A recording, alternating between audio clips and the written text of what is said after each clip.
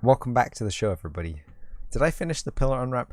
Do I need to bring the reins in here?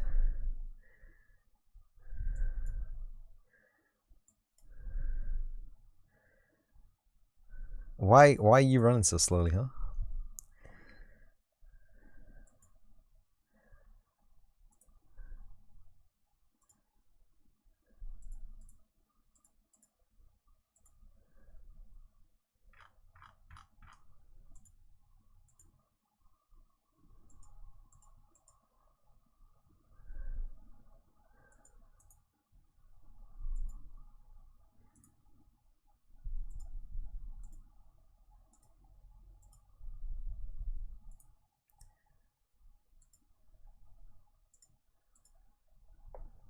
Is that better?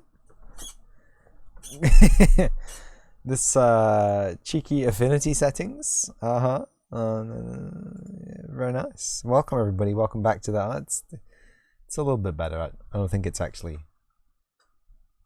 I think it's actually much better.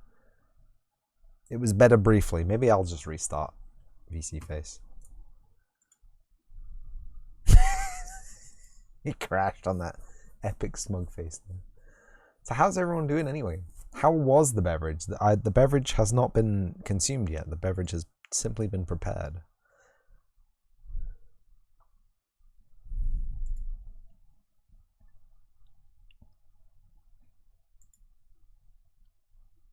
I don't know if there was a memory leak or something. It seems fine.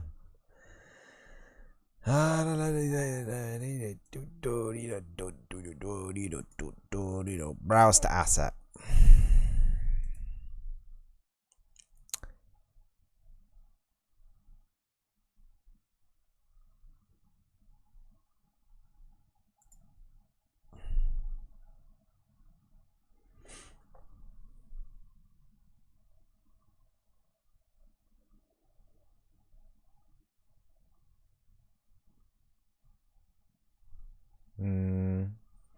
Trying to figure out how I'm going to do this.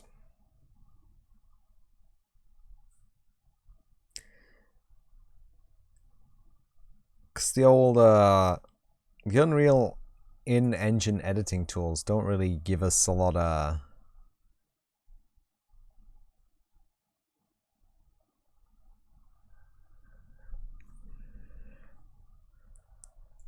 actions F4.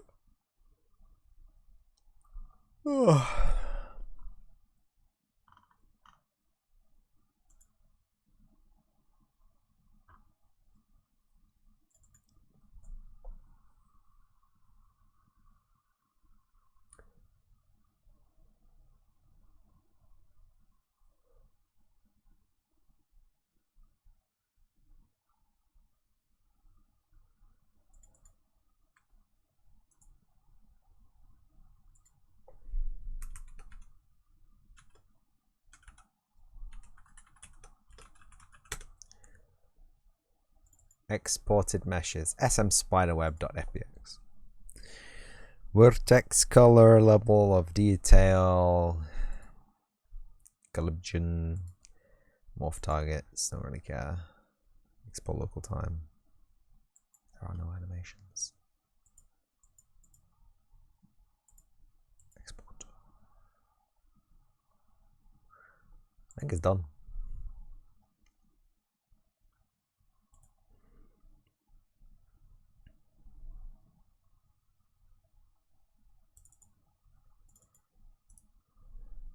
We can't open that directly in Blender. I remember now. We have to open Blender. I never thought I'd say these words on stream. I know.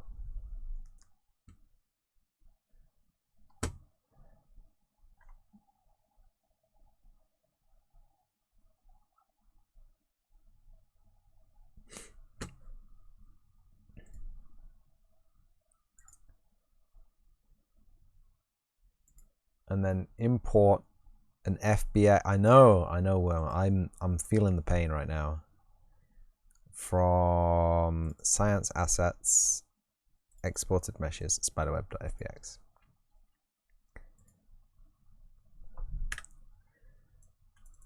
Ah! Instantly foiled by the. It's beautiful and twinkly. I want to preserve the beautiful and twinkly. Okay, I just wanna clean up. I just want to clean up some of the areas where there's holes, basically. The earth trembles. Truly, it does. So we need to go into edit mode.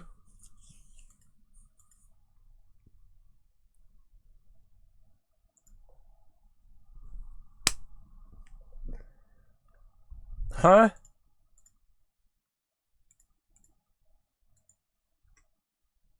Edit mode. Thank you.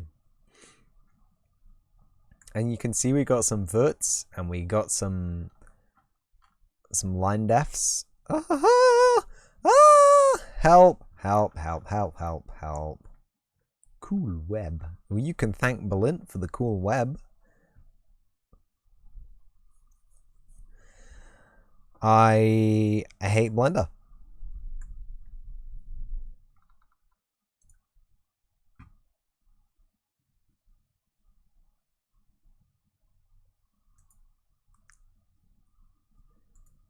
First thing can we do is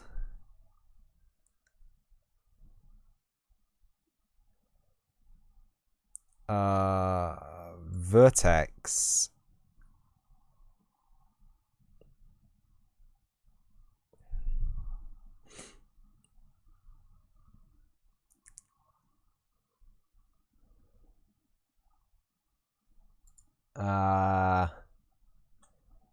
Alt G.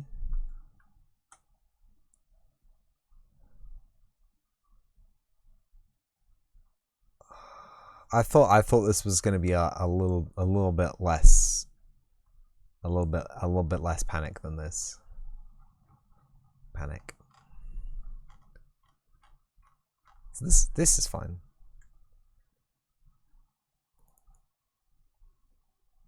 Okay, so we. Okay. So we've got flip-flopping triangular lads. I thought they were all rhomboids.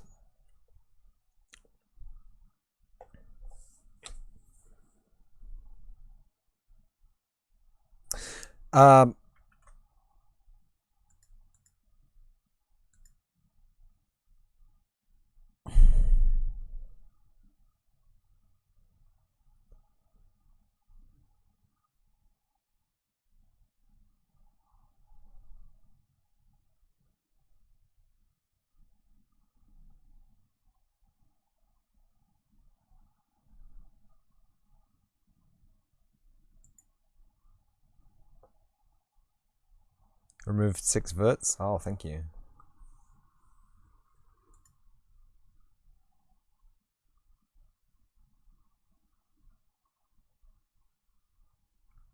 Where's the voxel remesh tool?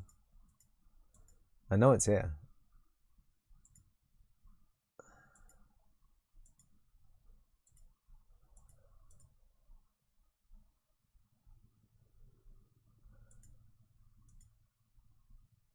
Remesh.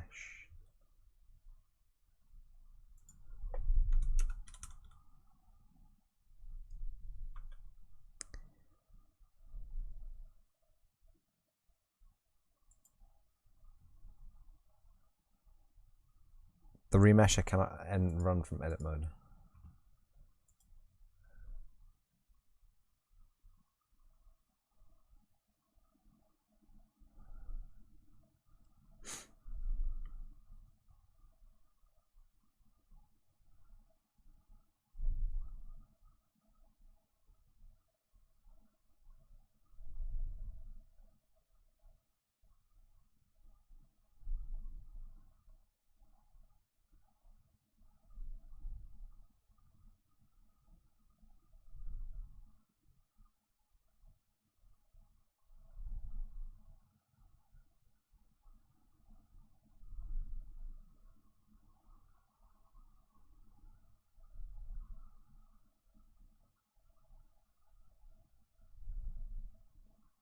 So, how's your day been? I've probably just crashed my PC doing that. It's a 1 micron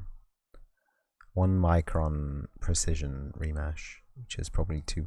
So you got to guess basically the precision thing that you want. So you don't want it to be too precise because then if it's too precise, it will simply recreate the holes just with volts instead of foots. If it's not precise enough, it'll flatten the whole thing into a big pancake. Which is not what we want. And I figured maybe we'd give it a go, because if it does it correctly, if it does it how I want it to do it, it's a lot of time fiddling with a lot of faces and a lot of edges. If it doesn't do it,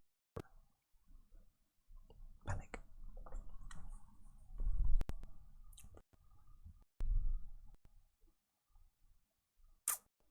Start the recording back up. Sheesh.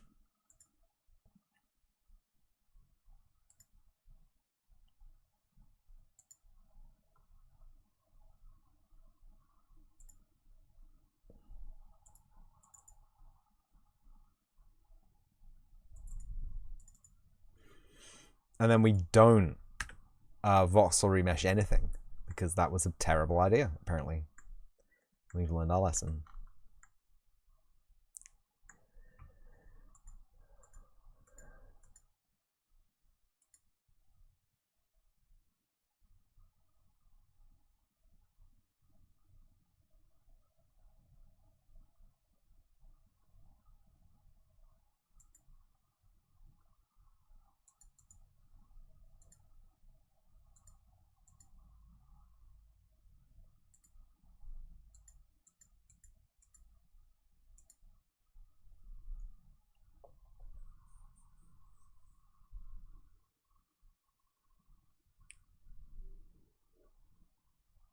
Merge by distance, mesh,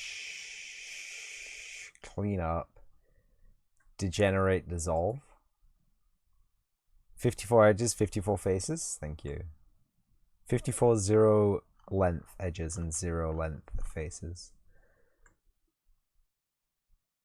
Oh, God, I hate Blender so much. It's my least favorite software to use in the entire world.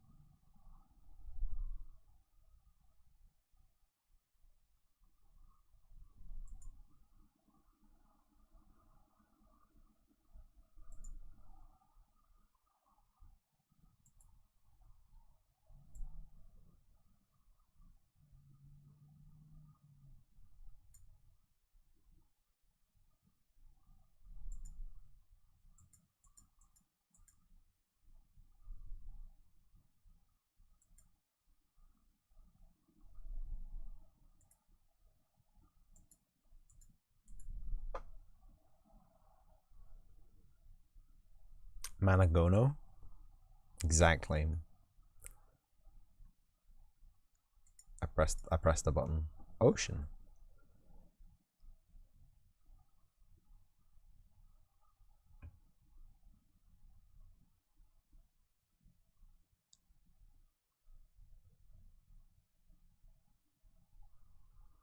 New BRB screen? What? Refresh the page. Refresh the page. Refresh the page. Refresh the page. Refresh. Refresh the page.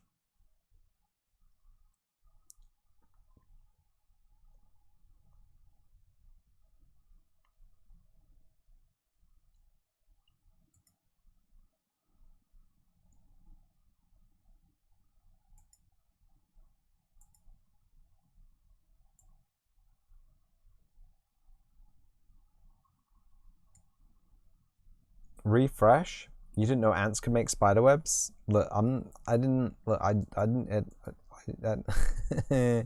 How do you use Blender?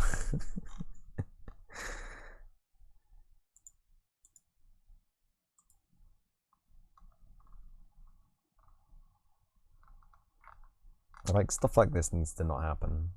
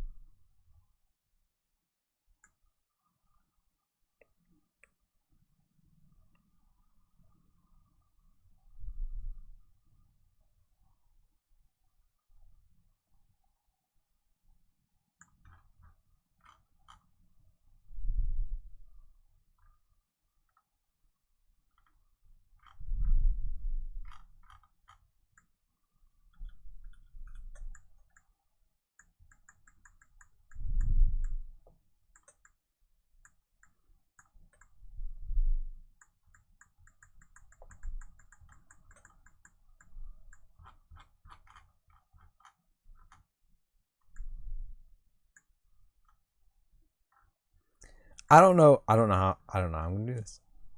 We add a sphere. Add a sphere. Object mode. Add.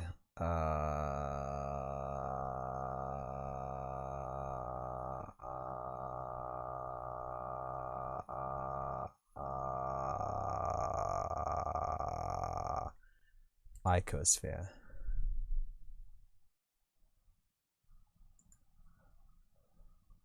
Modifier. Shrink wrap. Target spiderweb.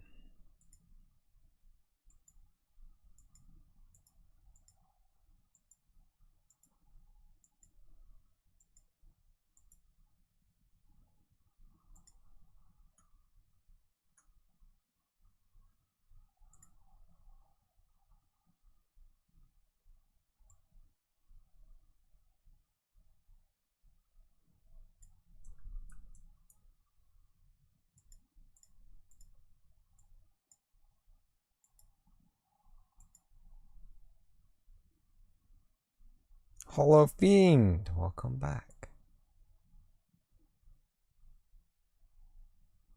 This obviously doesn't work.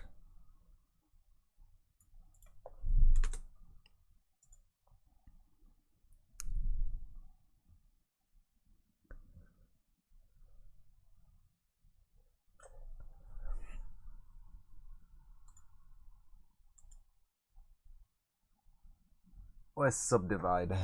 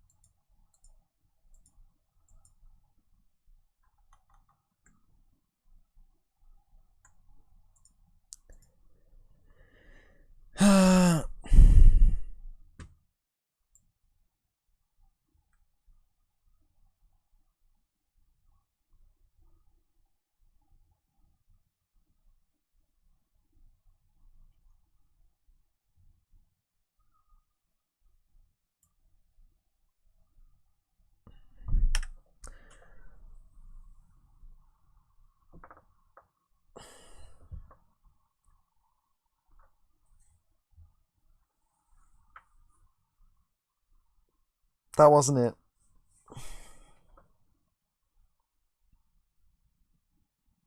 That wasn't it. I will not leave this space until I've done this.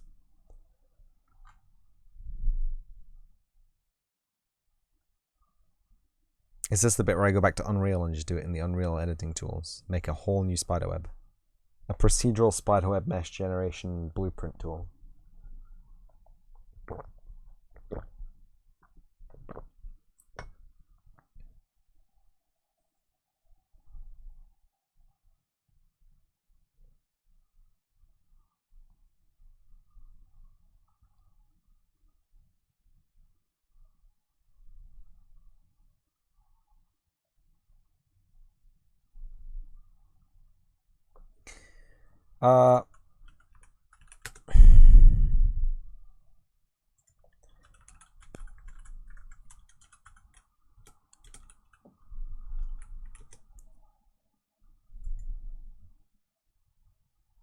Like, what shape is a spider's web?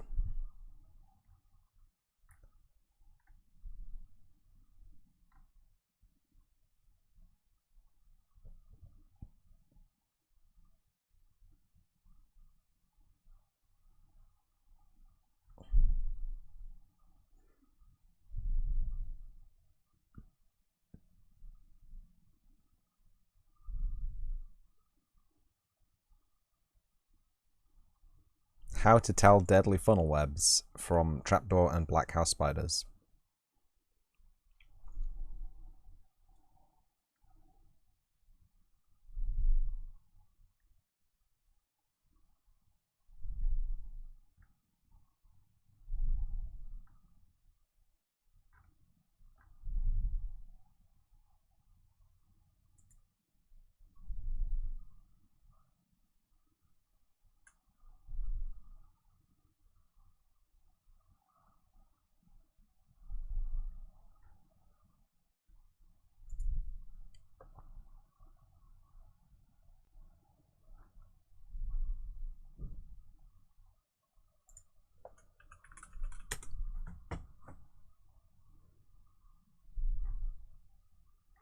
I'm getting the sincere feeling that they're tubular.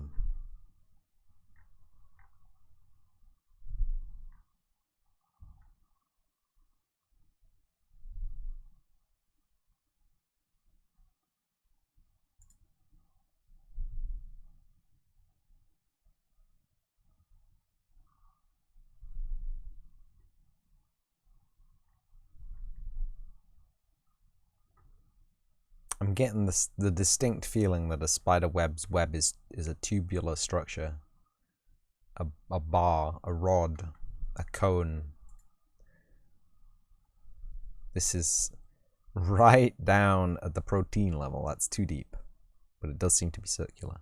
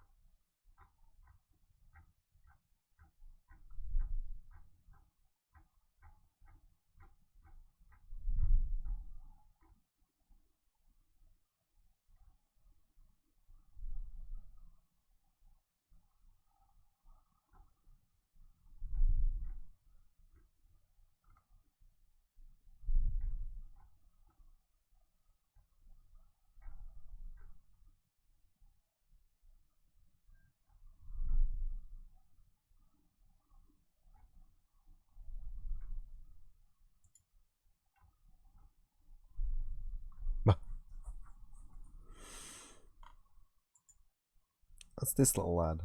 Oh, he's a Halloween decoration. God damn it.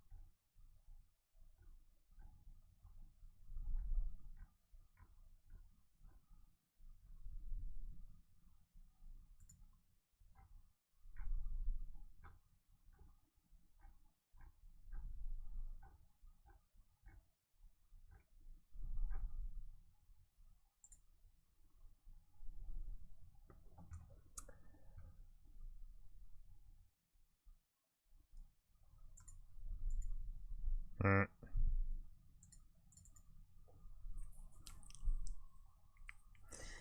It's happening. It is happening.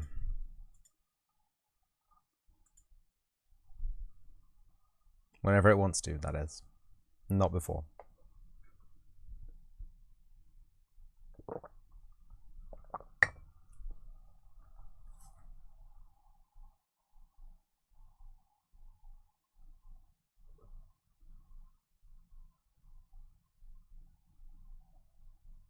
Oh no.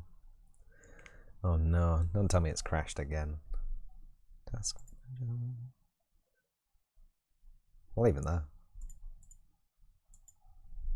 I think the launcher has crashed.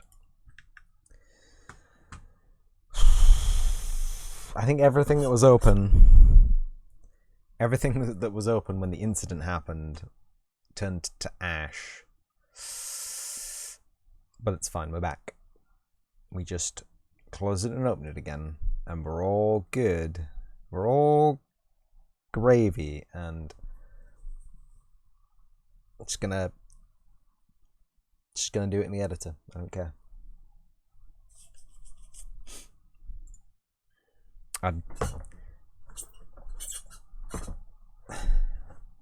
12 items on my wish list on sale. What? Oh, wrong library. Thank you.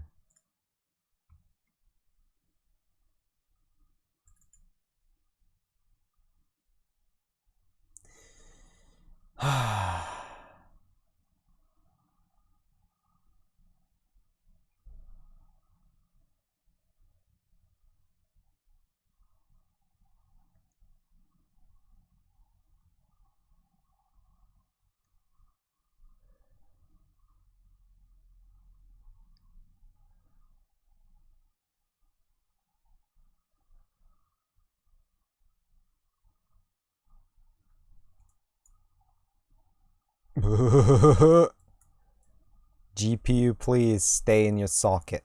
I can feel it trying to jump out of the socket.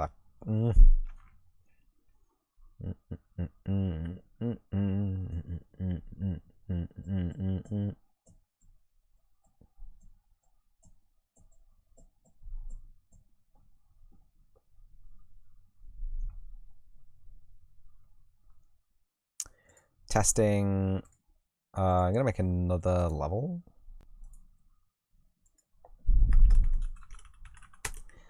Modeling.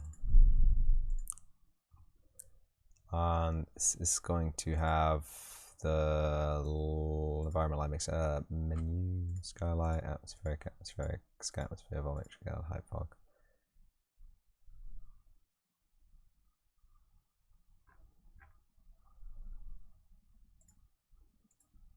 Woo! Woo!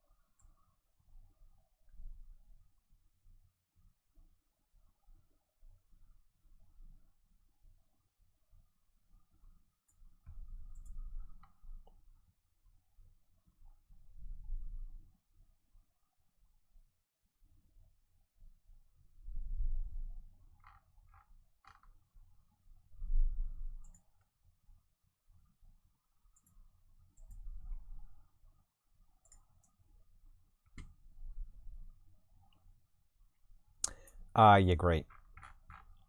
Place actors.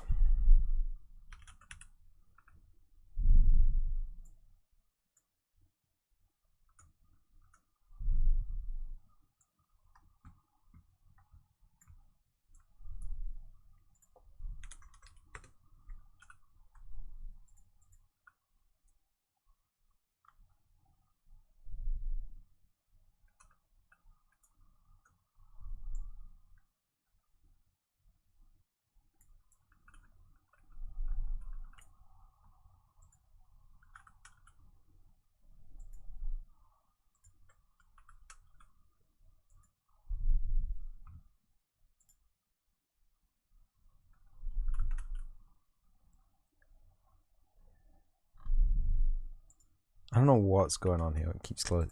Stop it! I swear to God. Ooh, it's making me mad. It keeps closing my menu. It's making me mad. Content browser. Other big files? That's all materials, isn't it? Source mesh is good. Tree of Life, Ant Mountain.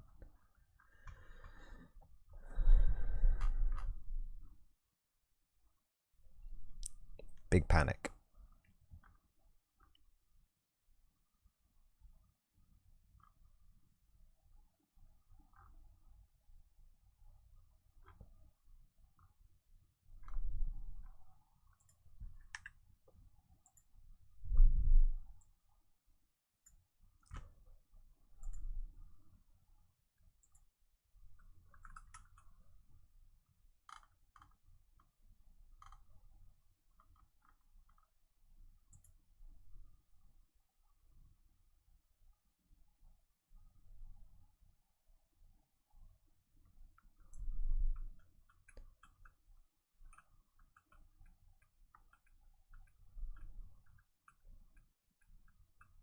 Cool grid material, bro.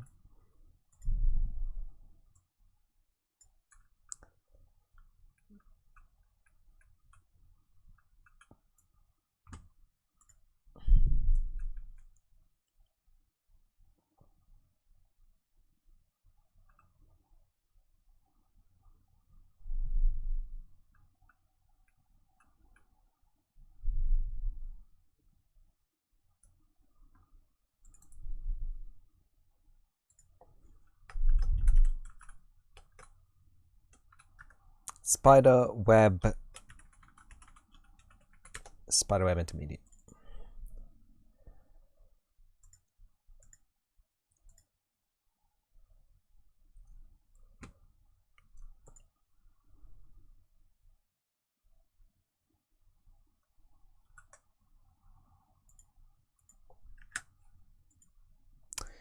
Height subdivisions 10?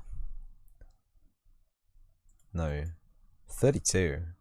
Radial slices 4.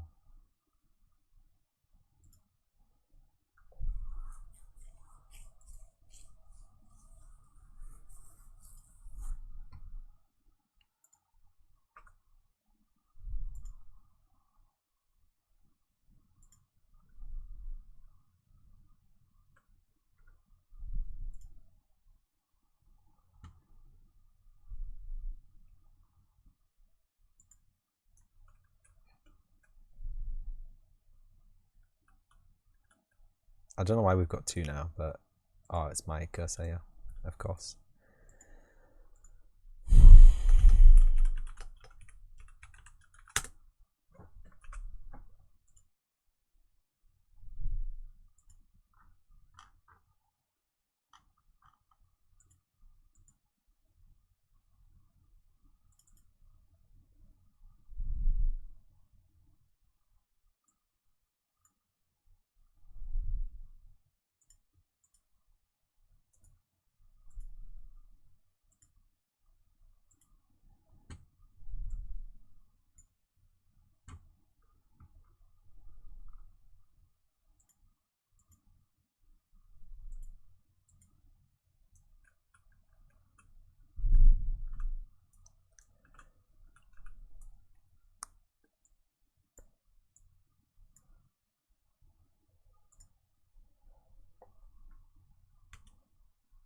Yeah.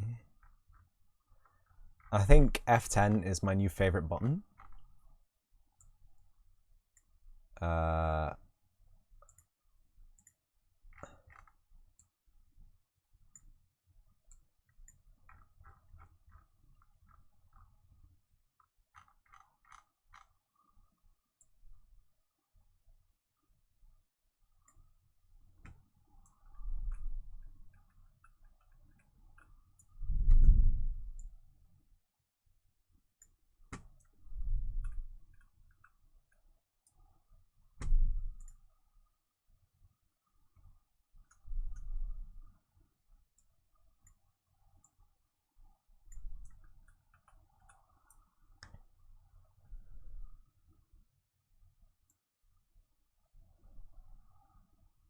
this needs to be at the top, I think.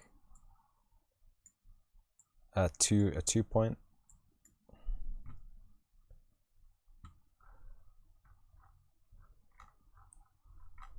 2 point spliny meshy boy.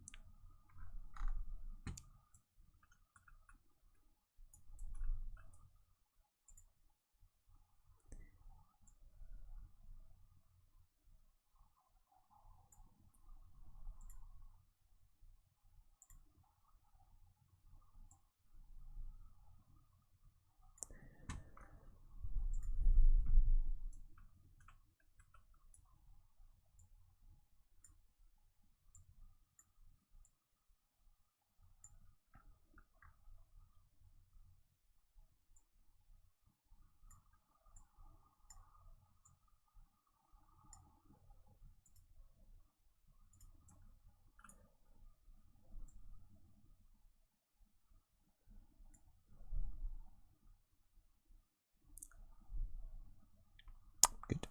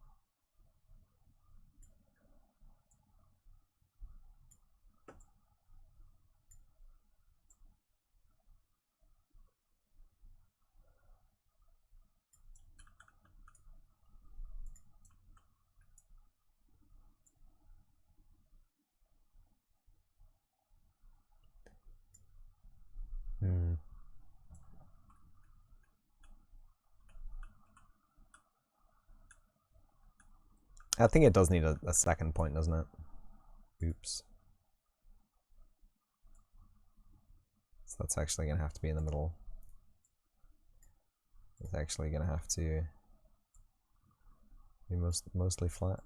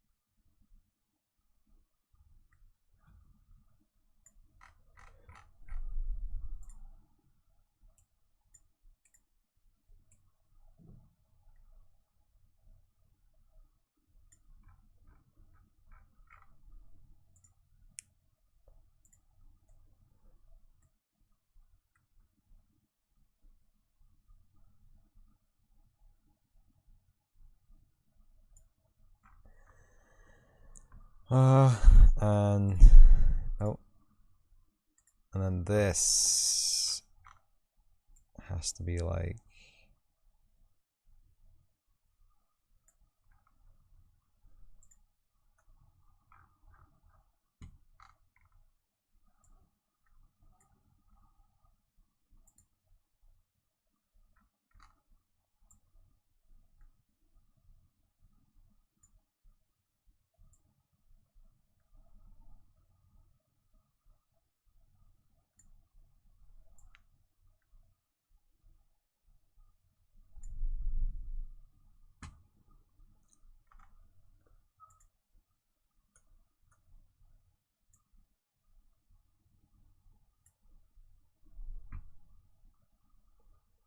What's up, Devro? Hey, I'm here this time.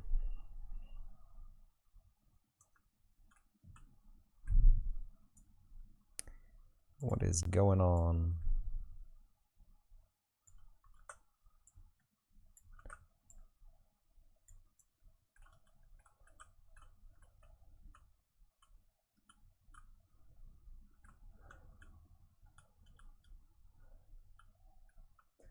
I'm gonna be brutally honest. I have no idea what's going on with this mesh.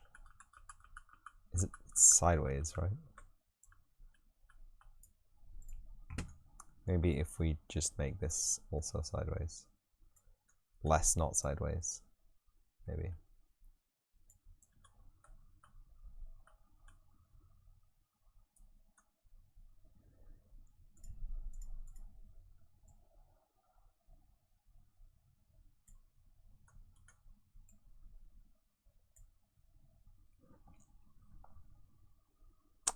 Why are we screaming?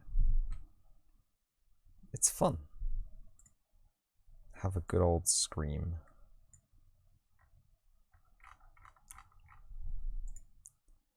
The biggest question is, why are we not always screaming?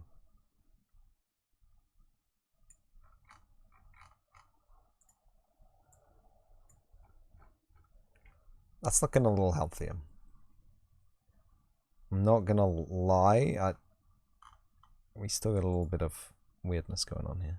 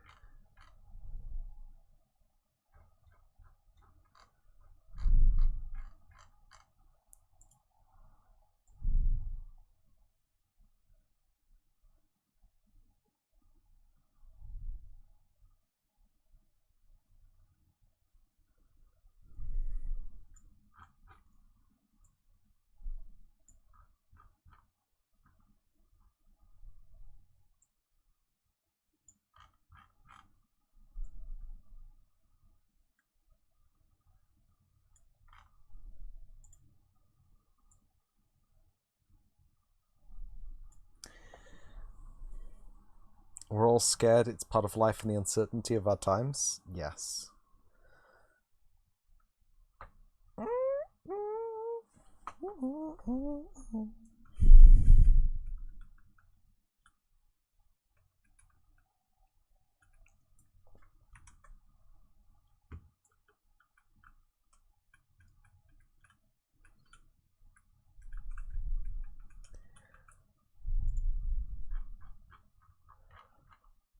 Oh, this is bent, that's why.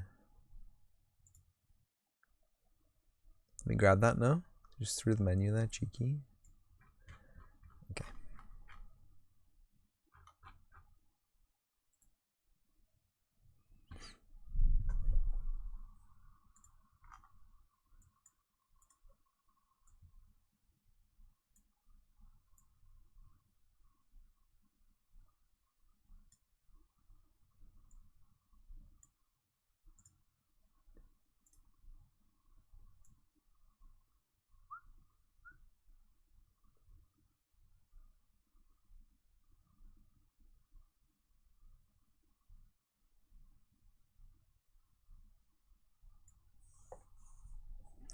That was cool.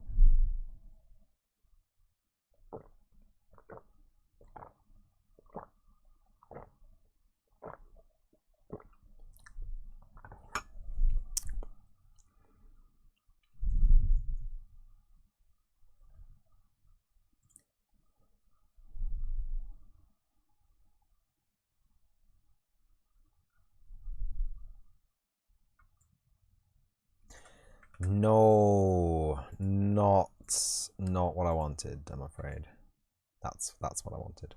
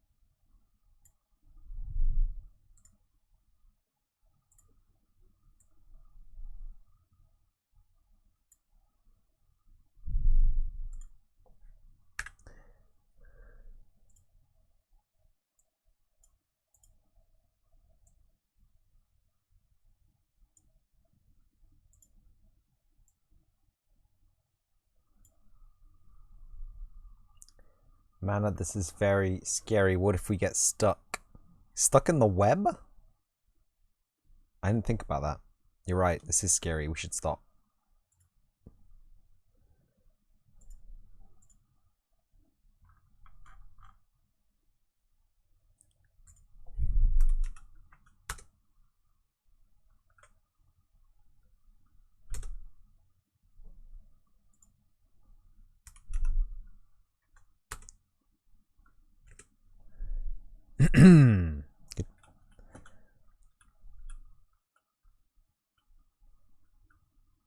We're all stuck in the net.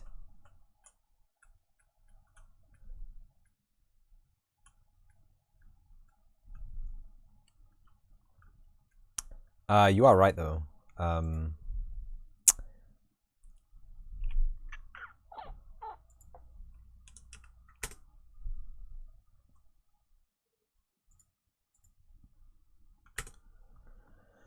It's way too big like that. So fingers crossed we can just do that and then bake scale RS. And then that should skinny down our actual web. Skinny banini. Skinny banuni.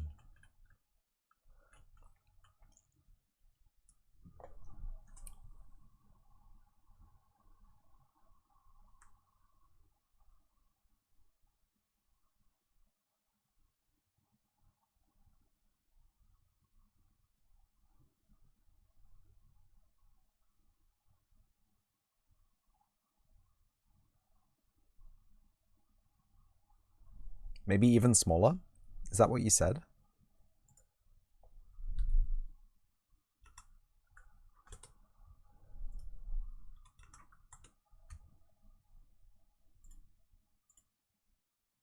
Yeah, that looks much nicer, doesn't it?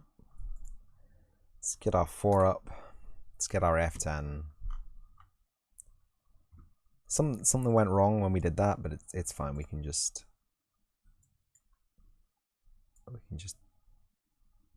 gently massage it back into being correct. I don't know. It's this.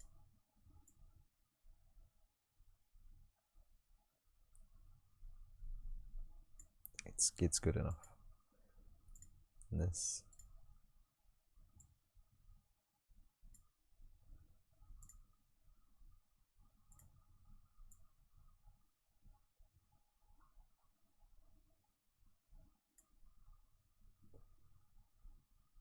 I have been saved from the blender. Look, Worm, I just don't like Blender, okay?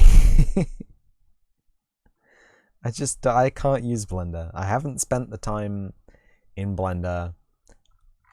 I don't have the decades of experience required to be a professional Blenderer.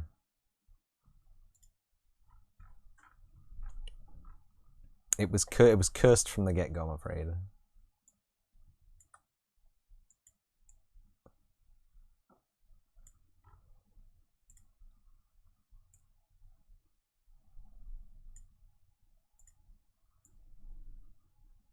Destined for failure from day one.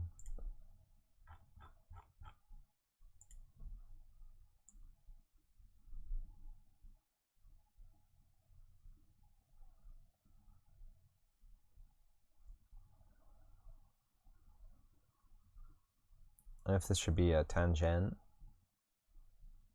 to something around here.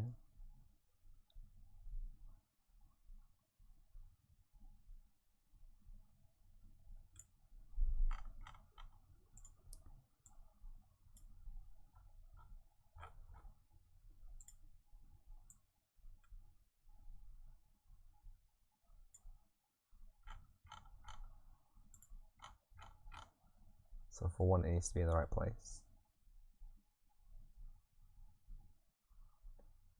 Which is apparently in between all of those individual positions.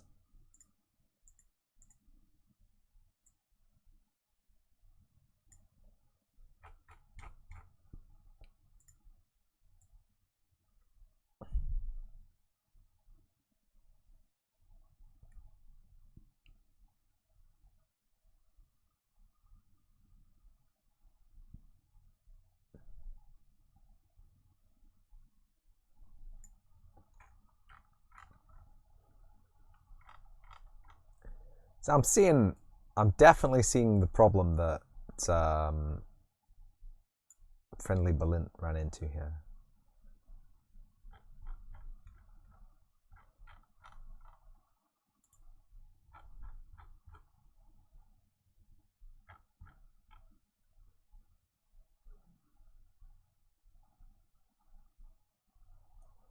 Even if I still had to use it, you'd still vote for me to be Twitch president.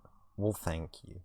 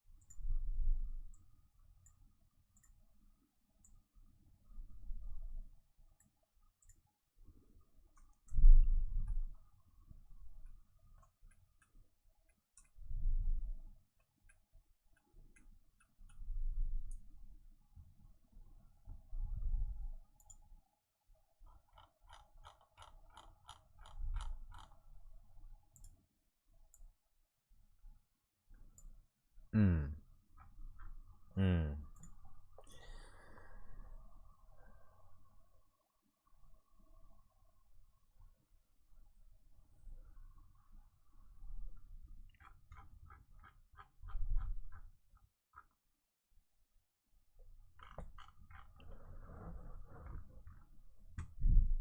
Mm.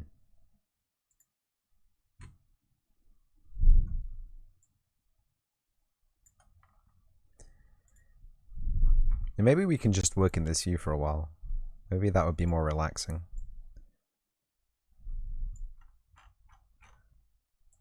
This is literally as zoomed in as we can get. Are you kidding me? I need more!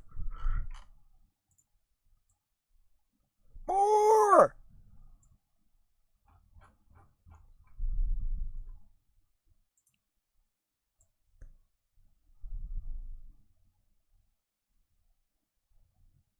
Oh, wiggly woogly wiggly woogly wiggly woogly.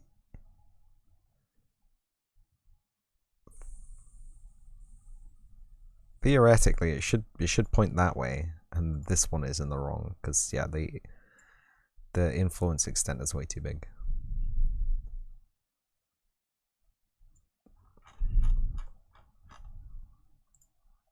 Did have them wiggly wooglies though.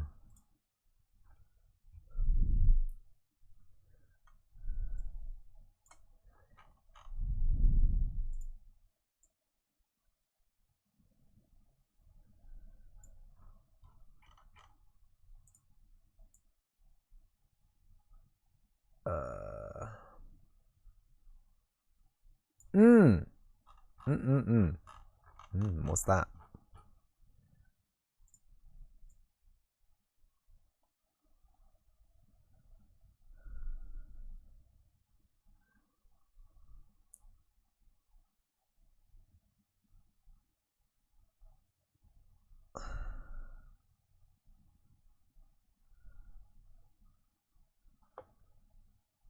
What is that? We saw this before, didn't we, with the tunnels?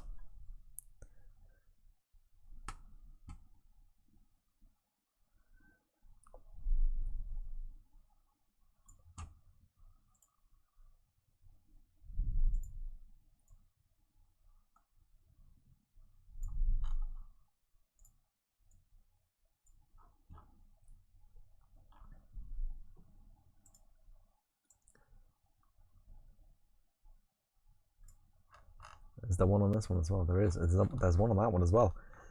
There's one on all of them. Oh no.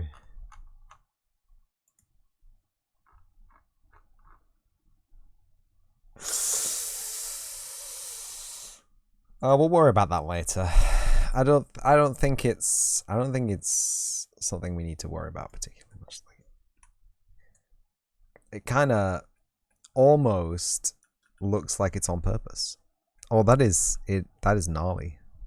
It is definitely a twist in the old mesheroni where the spline has just decided it's going to twist. Hmm.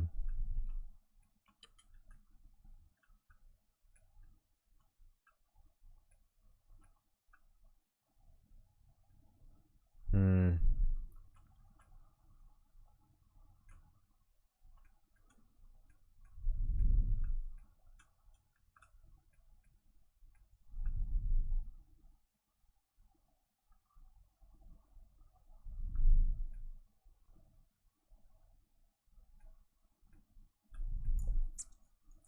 Very interesting.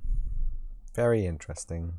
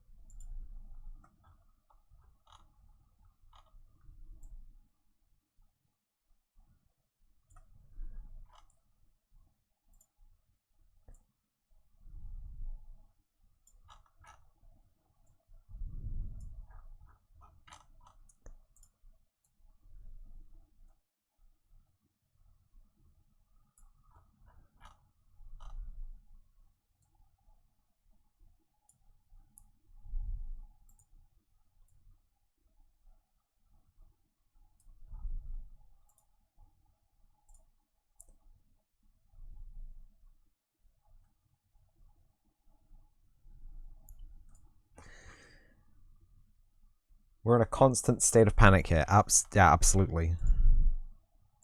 Can't make games if you aren't panicking. I don't know if you know this, if you maybe found out subconsciously, but unless you're panicking, games don't get created. I don't know if you've seen this mesh. It's a beautiful mesh. It's a beautiful spiderweb mesh, but it has some very small but extraordinarily hard to fix issues with the actual mesh, like this here, and there's some holes where the lads join onto the lads. Lovely mesh, yeah. So I thought it would be really easy. I just run it through the voxel remesher with a really low resolution. You saw how well that worked out. My stream went bye-bye for about 30 seconds. Literally crashed every program I had open. It crashed Unreal Engine, it crashed the Unreal browser, it crashed OBS, it crashed VC Face, it crashed Firefox trying to do that. So that was a no. And now I'm resigned to simply using my spline tool to make lovely spline mesh version of this mesh. And then we're gonna, I can already see it happening, that we're gonna run into the exact same problem that the original mesh has, where we have a whole bunch of unrelated geometry intersecting with itself, and it's not gonna be happy with it. Great idea. Air quotes great, air quotes idea. But you can already see where this is going, right? We have a whole bunch of geometry going and intersecting itself, and that's exactly what caused the problems in the first place. So I have very, very limited expectations that this is going to work very well, unfortunately. But I will persevere, and then when it's done, it will be done, or we are going to Turbo Squid to find a spider web mesh. I'm kidding. It'll be done. It'll be great, and we'll have the spider web mesh. And it'll be great. And it'll be done. Why do I know select the verts and join? I did in Blender. It joined 56 verts, and there was no visible appreciable difference to the mesh. That's why. Have you seen? Sorry. Do I have to go back? Do I have to go back into the wireframe? Do I have to show you the wireframe for this thing here? This is what we're dealing with. You see, I brought this into Blender thinking they were all just quads that were overlapping. I thought they were all just quads that were overlapping, and it would be simple. You just select the ends of the quads and then join them all together, and it would be beautiful. But they're not, because the mesh has been unioned with itself. So all of these are faces. Every single one of those little teeny tiny whiny little triangles is a face, and so you have to like turn the wireframe off. So you have to pick it apart by hand, like little piece by piece. And needless to say, it was not working especially well. And the automatic options that I had for doing the mesh weren't working very well. So this is the thing. We're recreating the mesh with a higher density of polys, and with a higher density of polys, we'll have much smoother. In fact, we can have a lit view in this. We'll have a much smoother transition right here. Not difficult, just time consuming. Just time consuming. Relaxing. Stress reducing. I just don't want anyone to think here that I'm wasting time not designing a game when I could be designing a game, but I'd like to include as many of the assets that were provided as close as to how they were provided, because a lot of them have got really great character. A lot of them have got, and I'm assuming they're going to be in the book already, and people are going to look at this stuff and be like, you know how it is when you read a book and you get the imagination. You read a comic and you see a superhero's outfit and you're like, oh yeah, that's what they look like, and then you watch the Deadpool movie and you're like, what have they done? What have they done? My baby boy. You know what I mean? We don't want that. We want that to be a nice, smooth brain transition. Okay. Why don't you believe me, man? True. And maybe it is wasting time, but it's... you know what? It's fine. It's fine. Do you know what's not fine? The fact that my spline meshes have done twisties. Where are they? Don't tell me they've taken them out. There's one. There's one. Why are they doing a twisty, huh? Why are they doing it? I literally cannot zoom in any further than that. Anyway, that's the state of play. 2022. Yep. Waiting for 22nd of February 2222. Ultra Tuesday.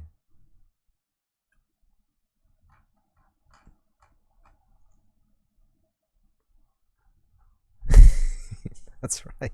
That's right. Yes.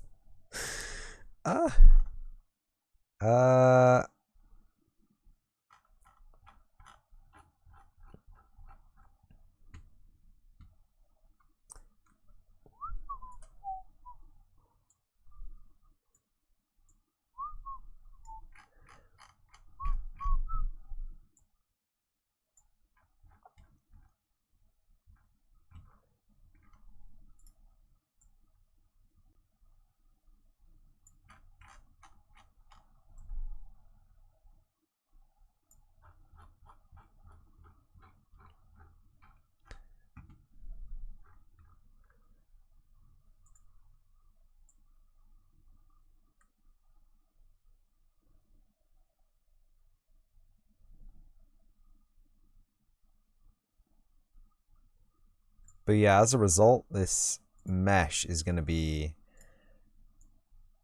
significantly different to the way it looked originally. But I think it'd be nice to have a cool spiderweb mesh. Spiderweb meshes are the key to creating creepy cave aesthetic. Believe me, I know. This is a really wide area here.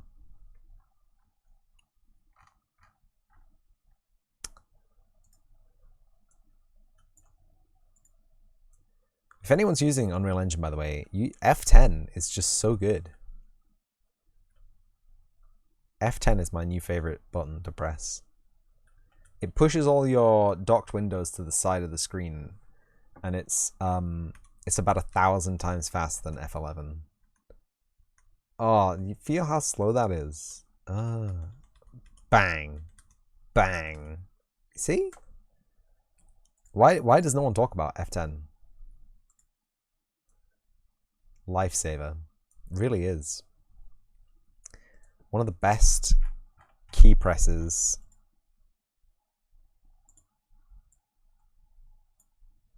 of the year.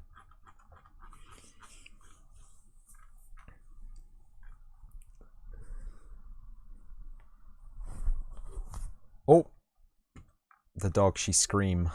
I'm out of tea. We'll give it another couple of minutes. I can't constantly run away from work to get drinks. I mean, I can try.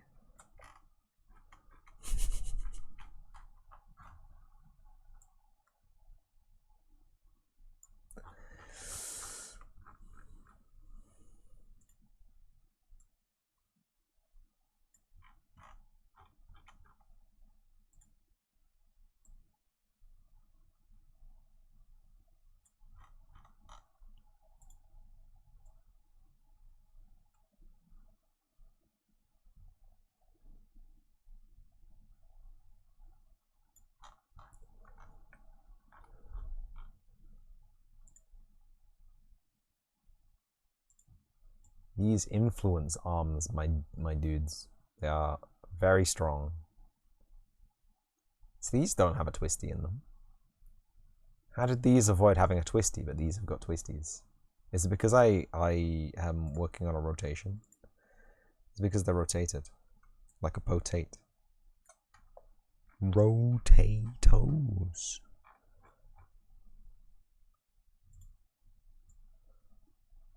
Boil them, mash them, stick them in a stew.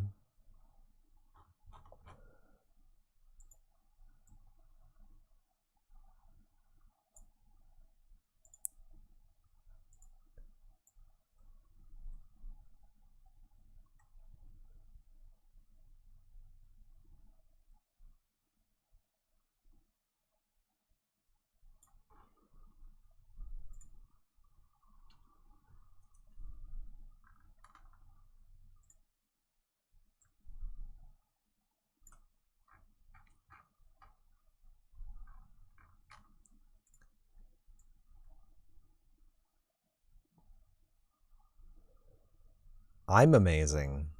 Well, if I'm amazing, what does that make the rest of everyone here? Turbo amazing? Ultra amazing? Please ignore the poly count, by the way. It won't be this high poly in the end. That's a promise. It's just that high poly so that we have beautiful, beautiful spline meshes. It's quite high poly though, isn't it?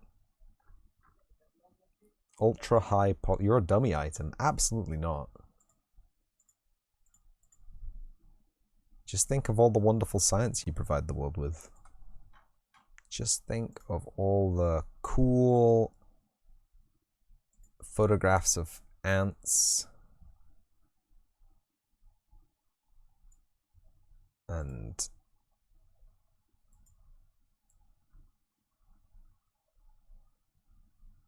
microscope images of amber and cool artwork. All you've done is ant photos. You see, I haven't even done ant photos. So you're already one step ahead of me. Just think about it like that. We gotta consider the perspective here. I tried to take an ant photo that week when it was really hot, but the ant was so small and the photo was so big. All you could see was a little smudge, and I was like, It's finally happening. I'm turning snapping off, and I'm turning it straight back on again. My goodness. It was dangerous there for a second. You know, we got little twisties again. It's stressing me out, man.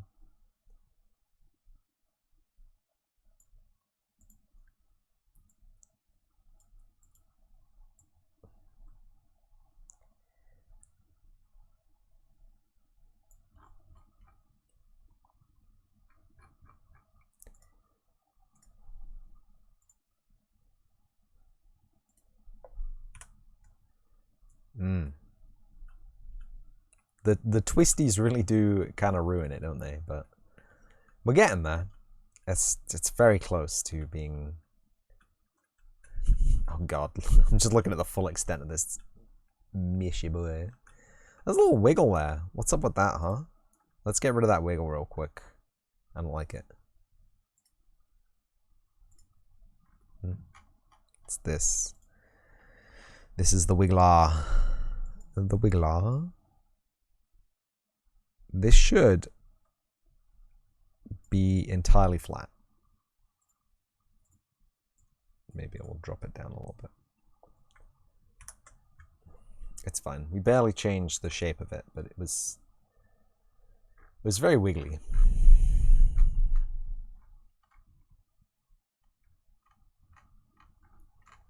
I think we'll be able to tidy these up just with the mesh tools if we just do like an extrude up or something. I'm sure it'll be fine.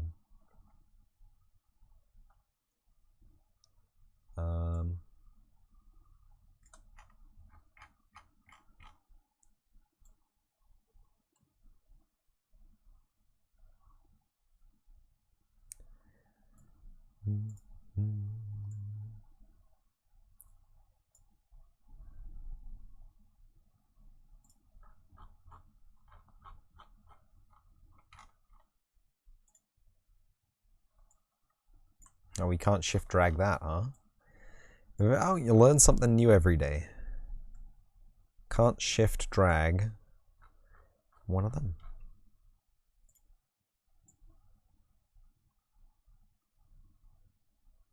So shift dragging. Oh, that doesn't connect to there. Never mind then. Oops. Connects down here apparently. Shift dragging allows you to bring the camera with you while you're moving an object, but because we're not moving an object, we're moving an instanced spline point. It doesn't do anything.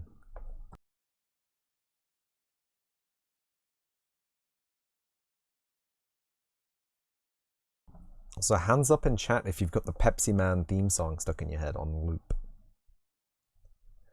Ask me.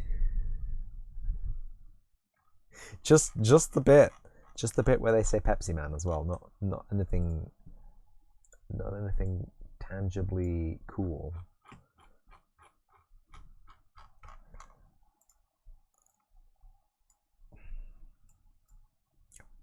Beautiful.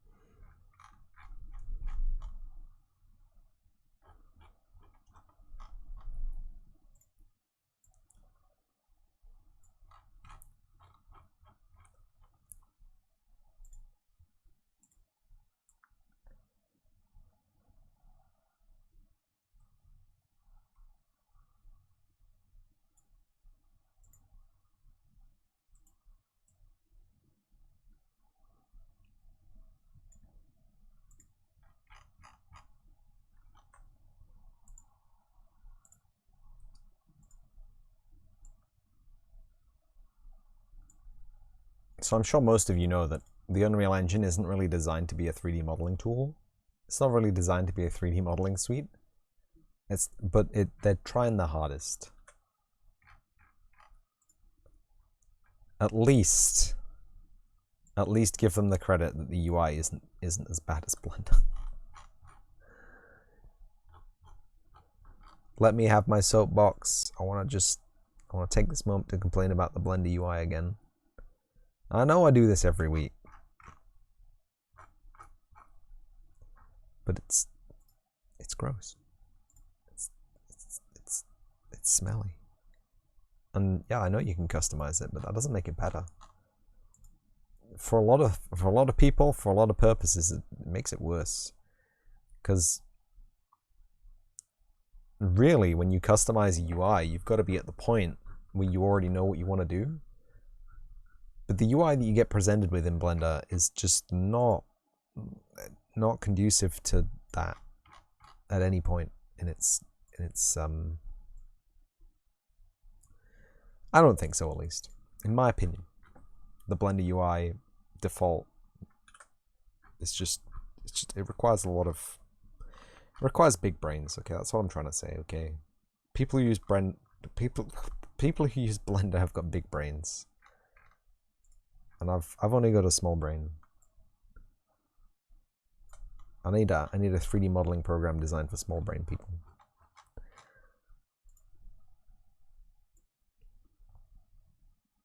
Or I can just grab things and complex things happen without me having to think about them.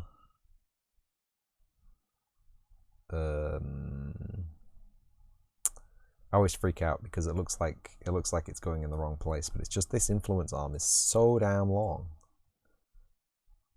I don't know what they're called, by the way. These little armies. I watched the whole Bezier curve video from Freya like at least twice, and I don't know what these little armies are called.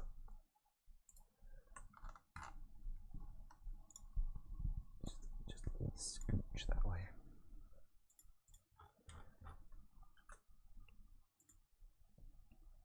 Then one more.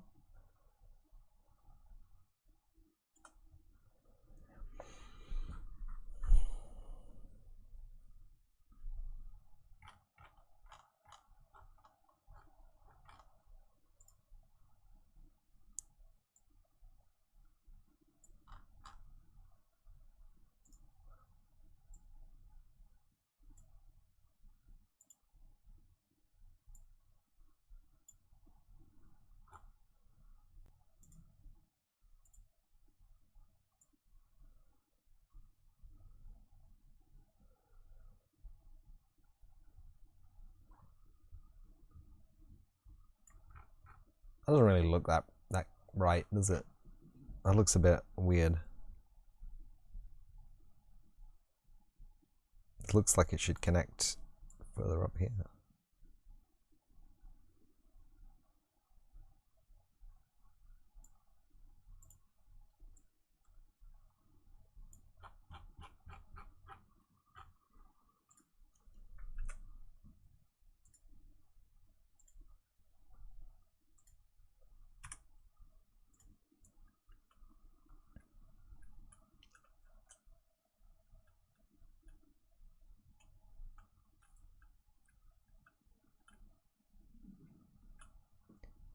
Okay, so we gotta do something about those. So this lad.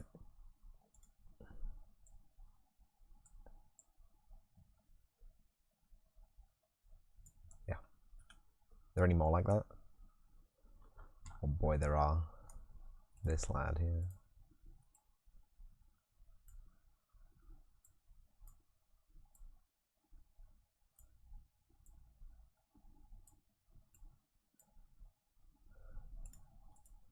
This lad here?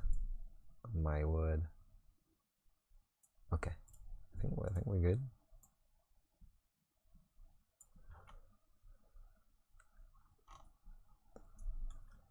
I really don't like using snapping off. Takes me all the way back to the nightmare days of doing BSP mapping for CSGO. Where if you have snapping off, you better make sure that thing was fully bounded by the level. Otherwise, you're in for a compilation error and deleting everything in your map and starting again. Love that. One of the greatest experiences a person can have is having their CSGO map progress deleted because they put a prop outside the level bounds by half a unit. What is the BSP precision limit anyway? Because I mean, we talk about like things being exactly next to each other, but I mean realistically, we talked about the float precision limits last week, and BSP obviously has to abide by those, but it seems to have exceptional vertex precision. Like if you put something out of the level, it definitely knows it's out of the level. If you know what I mean? If anyone knows. Maybe someone like Bridgeburner would know. I don't really know any CSGO mappers on Twitch. Hands up in chat if you made maps for CSGO, please. Hands up. That's nobody. Just me, again. I guess if there were any people who had made maps for CSGO, they would also have Pepsi Man theme song stuck in their head right now too.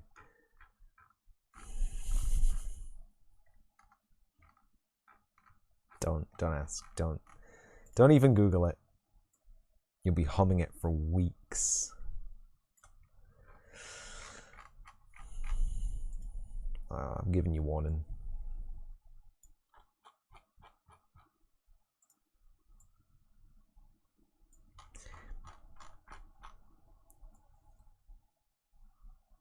I first encountered the Pepsi Man theme song on a Twitch VOD hosted on YouTube.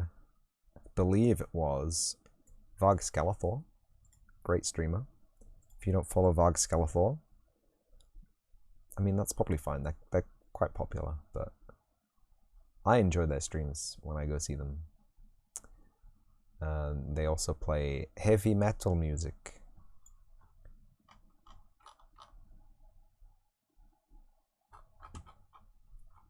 And a band called Scythe Lord.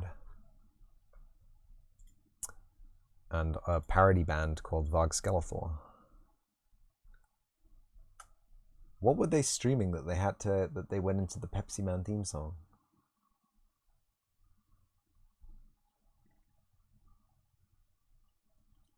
I can't remember. It must have been the most left field wild stuff ever though. I've turned precision off, haven't I? Good. You know what?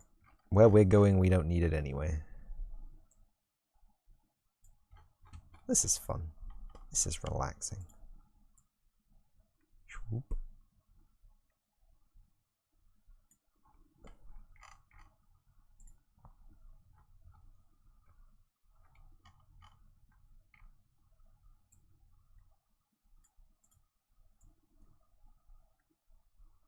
What was that noise?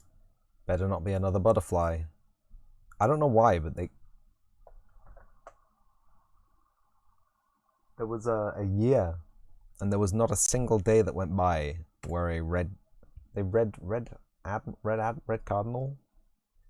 You know, the butterfly that if you said butterfly, it would be the emoji for butterfly. The red ones with the black spots, or the black ones with the red spots. Butter. What's this? Whose emoji is this? Butterfinger. No, but I can like search for like emotes, right? No? On what?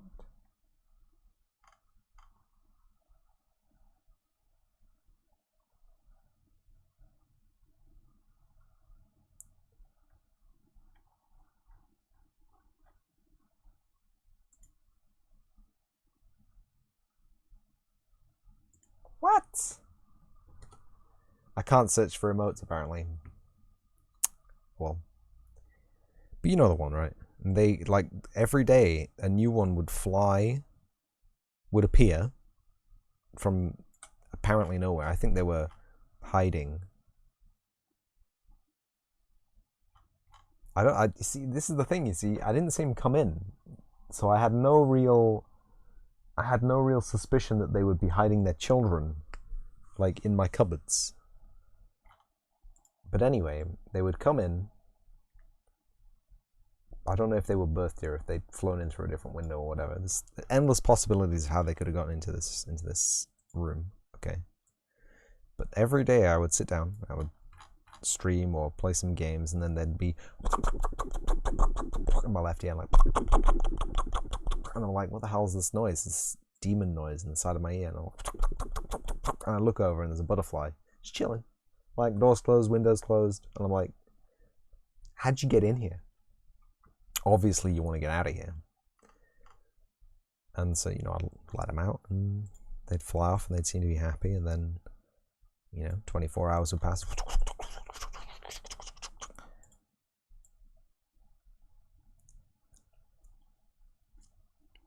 You tell me.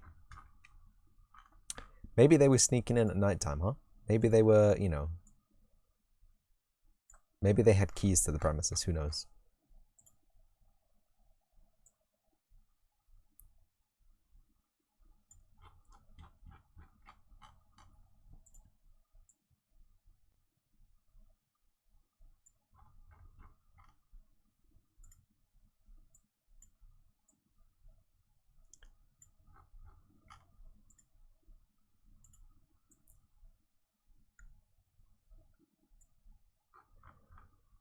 Yeah, very interesting series of events. Haven't noticed any this year, which is good. Because, well, the indoors isn't the right place for wildlife, really, is it? And the outdoors is not the right place for Twitch streamers.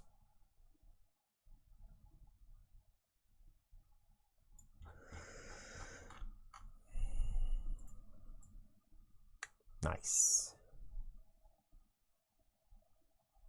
I mean, it was cool to see a whole bunch of butterflies. I mean, they were all the same kind of butterfly, but sure to go into somewhere like a zoo or whatever.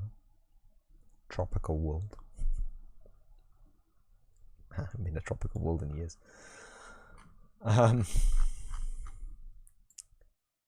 You know, don't really see that many. I saw a few actually while I was barbecuing. That other week. Balint knows when I was barbecuing. Someone had the forethought to set up a food channel in their Discord. Yeah. There were a couple of large brown things flying around. Butterfly style large brown things. And there were a couple of other things flying around. A couple of bees, a couple of wasps. A weird harvesterman. I think I posted the harvesterman. Do you have a cool name for those in America, by the way? Like, I know, like, Americans like to name everything differently to how we name them in Britain. Just to be confusing. But like, I'm almost certain that America doesn't even have harvestermen. I'm almost certain that they don't even exist in America. And what do? They're arachnids, but they don't web. They're like a spider with no spide. they roam around, and this is in the complete wrong place. This needs to be down here. They roam around and they eat things like aphids, I believe. If I'm not very much mistaken. Should we look it up? Would it be the idea to not spread misinformation and actually just look up the information? Web as a verb, it's excellent. Yeah. Oh, yeah, I guess they're spinning, but webbing it. They web their locations. They do the web.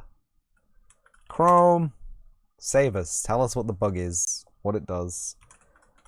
Harvesterman animal. Harvest man. The Opiliones are an order of arachnids colloquially known as harvestermen, harvesters, or daddy longlegs. Incorrect. Daddy longlegs. Everyone listening here, daddy longlegs, leather jackets.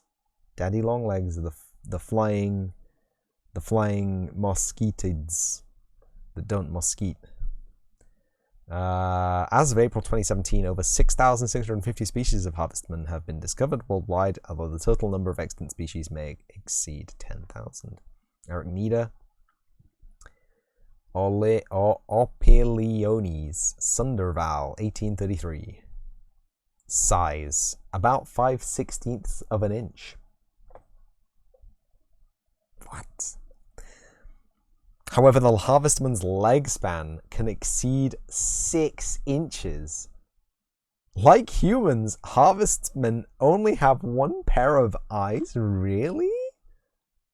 Really? I did not know. Oh yeah, there they are. Boink, boink. Wild.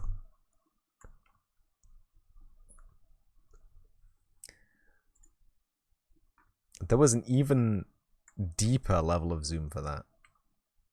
Very interesting. Scary as ferrety. And ferrety isn't very scary, so.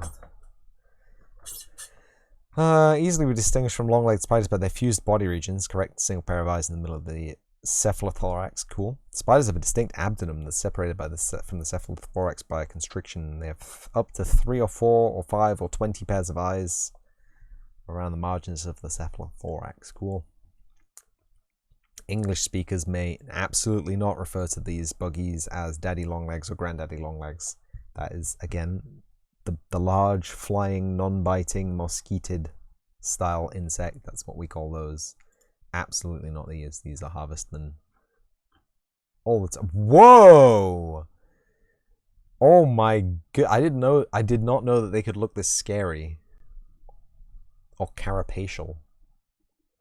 It's a Goliath as well. Oh Jesus. Pachyloidelus.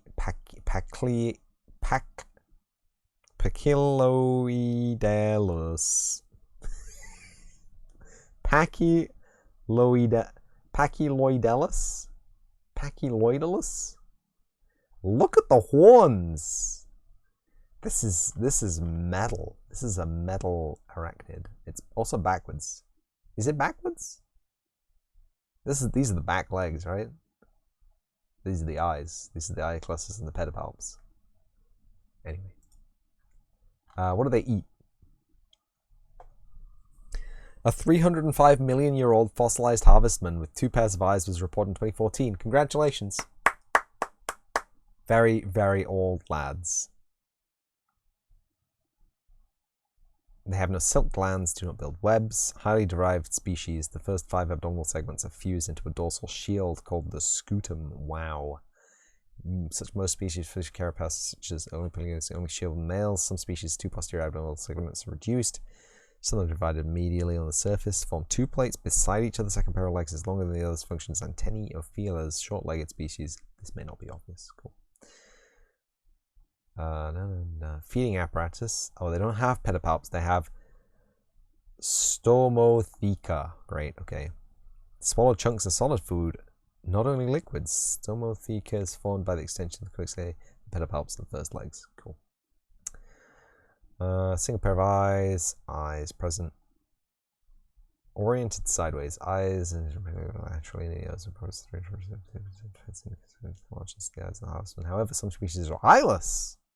Some species do not have eyes at all. That's a shame.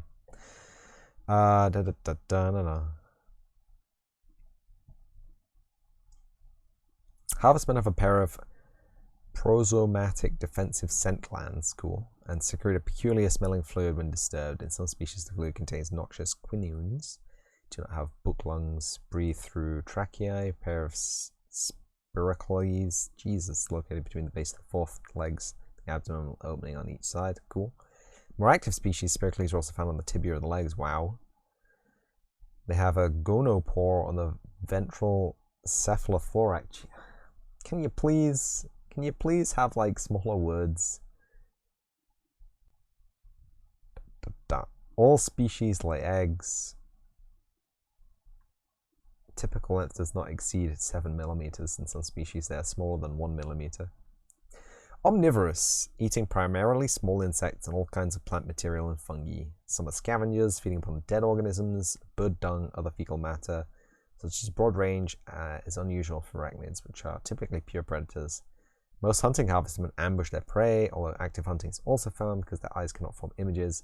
They use their second pair of legs as antennae to explore their environment. Unlike most arachnids, harvestmen do not have a sucking stomach or other filtering mechanism, rather they ingest small particles of their food, thus making them vulnerable to internal parasites such as gregarines. What a shame.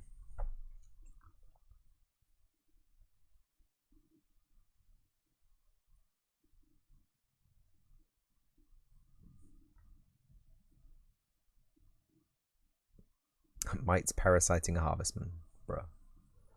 Gregarious behavior. There they are. They all chill out together. They're very chill. They're very chill beasties.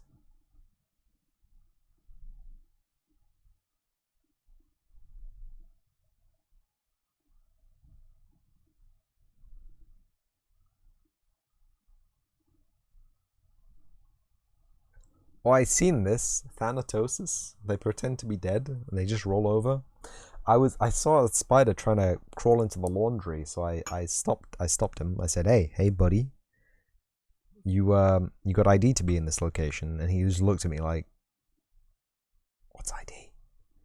And then I went to grab him with a little paper towel, and he was just like, nope. Just free fell. Pretended to have died instantly. And I looked at him like, I think that's gonna fool anybody.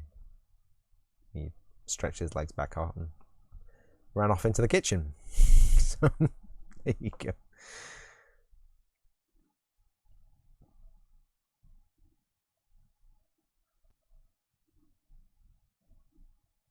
Oh no, stupid. Oh, they can disengage their limbs, but they do not grow them back. Oh.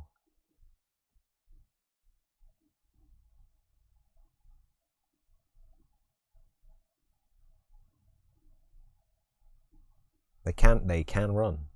Harvestmen are well known for being chemically protected. Oh wow.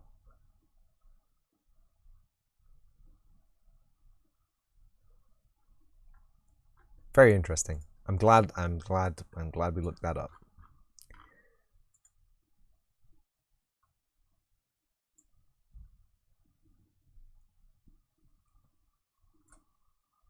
I'm gonna move the gizmo there, and then I'm gonna move this back to the gizmo. Maybe that will give us some design points back.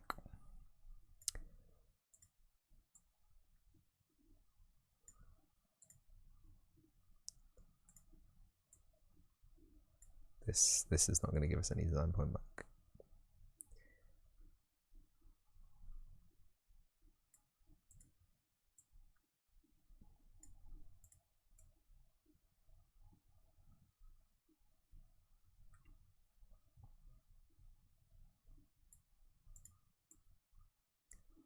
But yeah, harvestmen.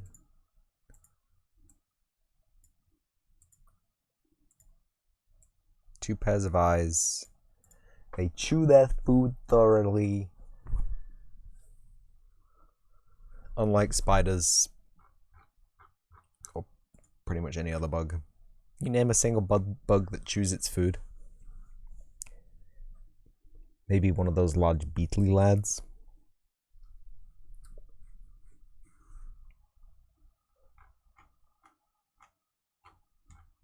There's not a lot of large beetles in this country. There are some. I've seen them, but they are few and far between.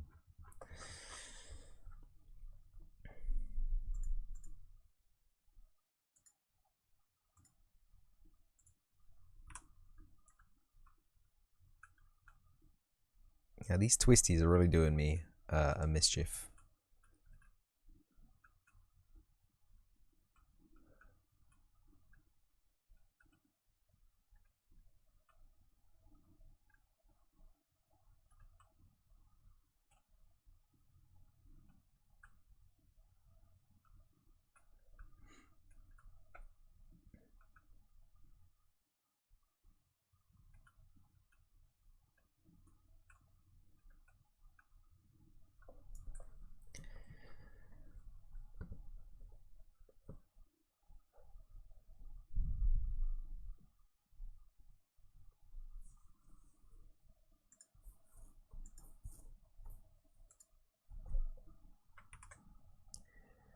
Cool.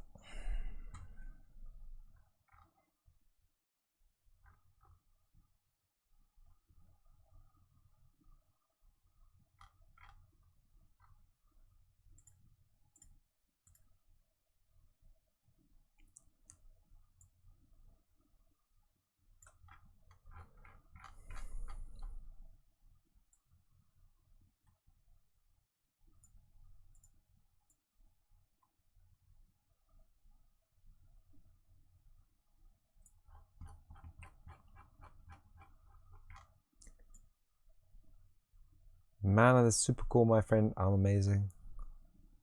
I'm just doing the things, pressing the buttons. The real amazing bit will come when the amazing 3D artist brings us the amazing skeletal rig for the amazing ants.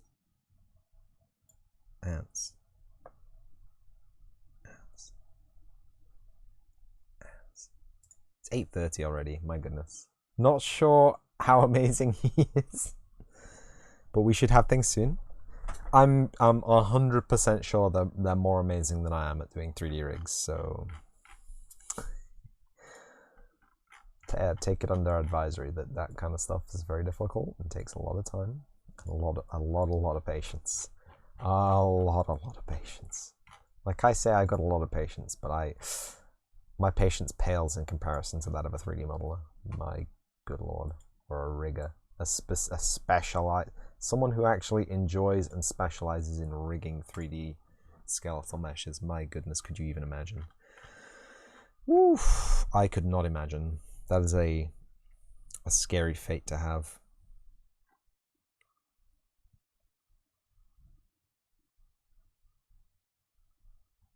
Yeah, I look forward to seeing them, and I look forward to almost certainly misusing them at every instance and opportunity that I get. I'm gonna do these backwards. Am I gonna do these backwards? I should really not do them backwards. I think that's the problem I had when I did the other ones, that I did them backwards.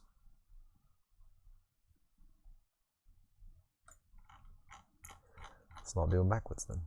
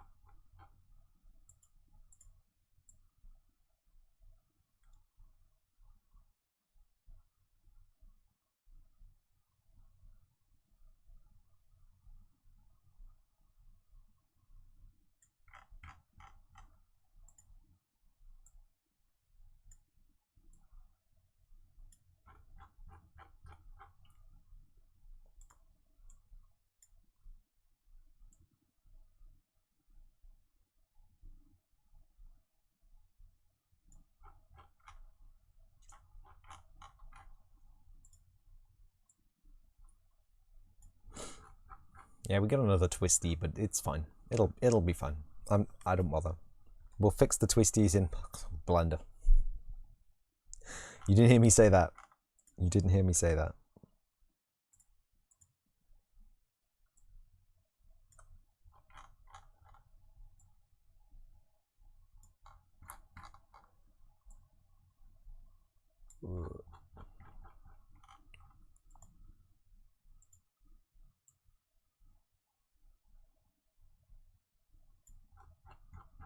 We've selected them all. Why?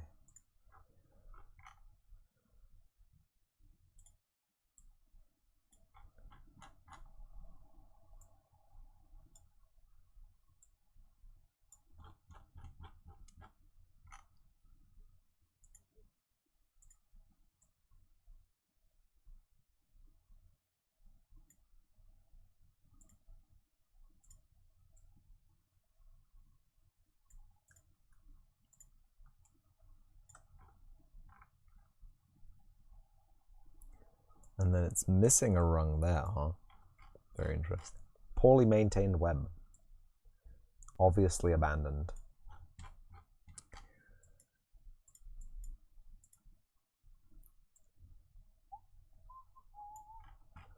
Like,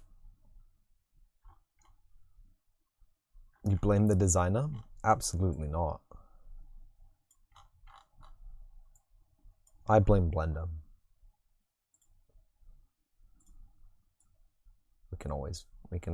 It's a free pass to just blame Blender for all your problems. It's too powerful. What did they expect I was gonna do? It's just too strong.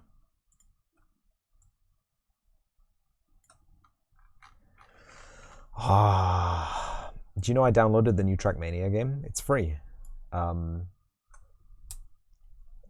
It's free. It's air quotes free. It's freemium. I don't want to be like a walking advert for Trackmania right now, but I'm gonna have to be for a few seconds because I don't know if I like it, but it definitely is very shiny. I've almost finished Nations Forever, so pretty soon I'm gonna need my season pass for Trackmania 2020. I think it's just called Trackmania 2. It's actually technically Trackmania 16 or something ridiculous, but who's counting at this point? Science Fella. Science Fella is awesome. Epic.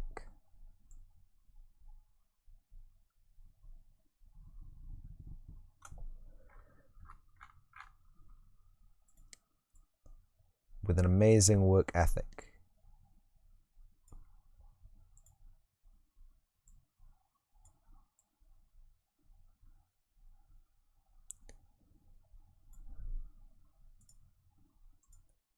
And a really cool ferret.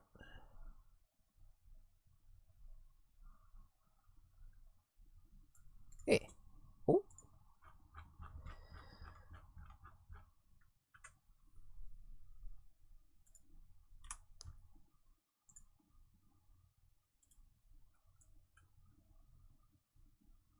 You know, it looks... We're getting there. It's not taking that long. it's not taking that long. It's 8:30. I guess if I stopped looking at it every time I finished a set of things, it'd be faster. Then you wouldn't have the core progressive. Look at how much progress has happened in the last time feeling. None of you would. I'd lose viewership. Could you imagine that? If I had less viewership than this? Whoa. It was a funny joke, chat. I'm sorry. It was my attempt at satire. I failed. Evidently, your taste in comedy is far too refined for me. It's a streamer joke.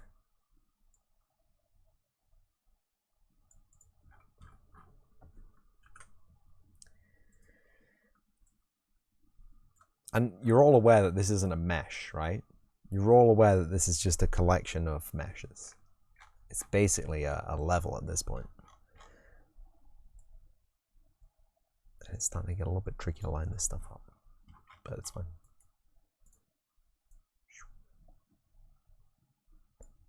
And remember, kids, if you don't make the noises, it doesn't work as good. You gotta make the noises. Well, I found a cool games development stroke 3D art education streamer. I followed them. I can't remember what they're called. Oh my god, every time. Noises are key, absolutely.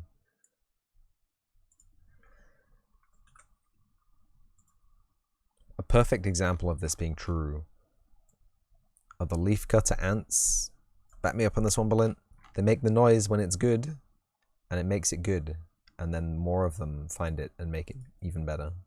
True? True facts? I mean, we all know it's a simplification of the truth, but true enough to say onto it exactly. Yeah. And they have a panic sound too? Excellent. They're the two sounds that you need. Doing things well and absolute panic. I can't tell if this is meant to be here or there. I think this one's missing. I think this one's missing.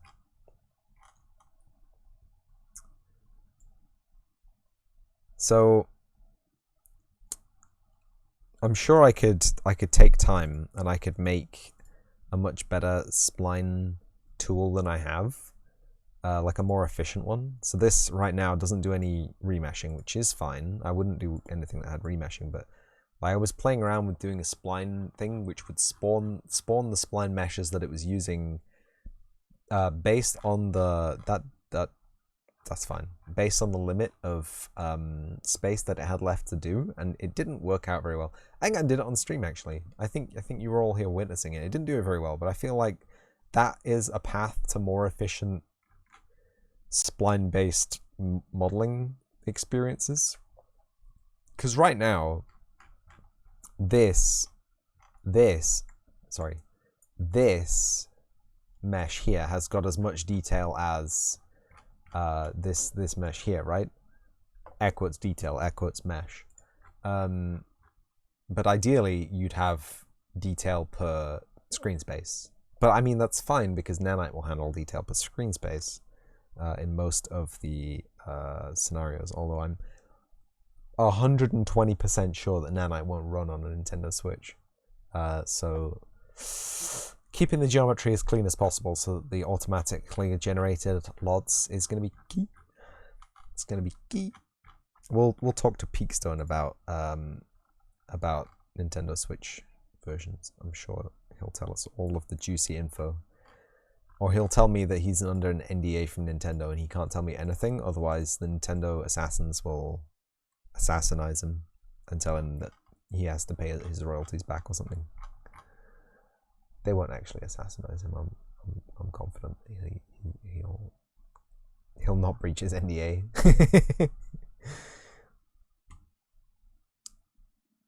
I'm confident.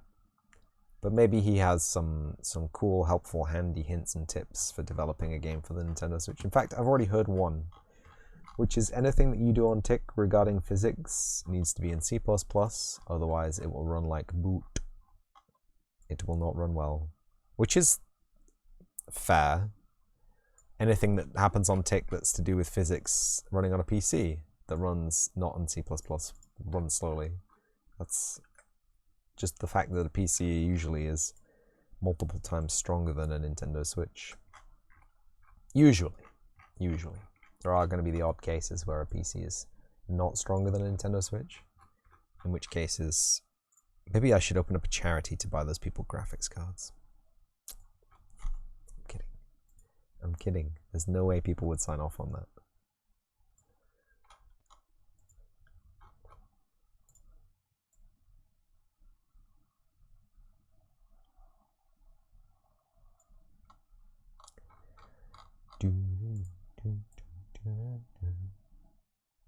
That's mostly going pretty good.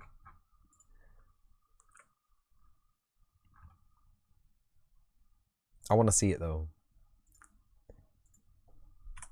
Eh. Oh, we got little mesh jewels going on here. Let's get that plugged all the way in. And this one doesn't even connect. Ah, but that's fine because it's got one of those.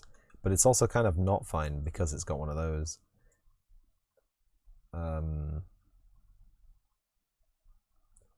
Bring it all the way through and then prune the mesh at the other end.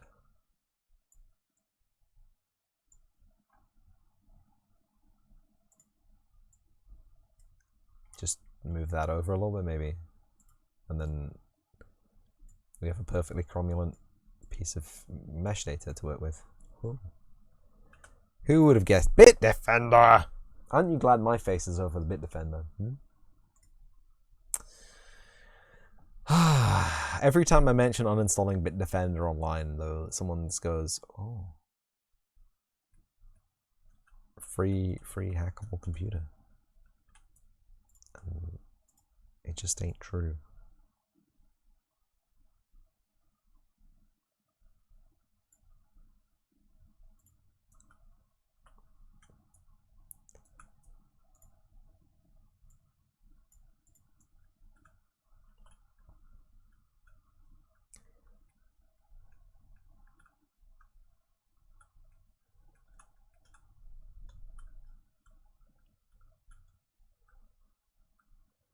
Very stringy. A very stringy lad. We're getting there though. We are absolutely getting there. Nothing looks too goofy over here. Thank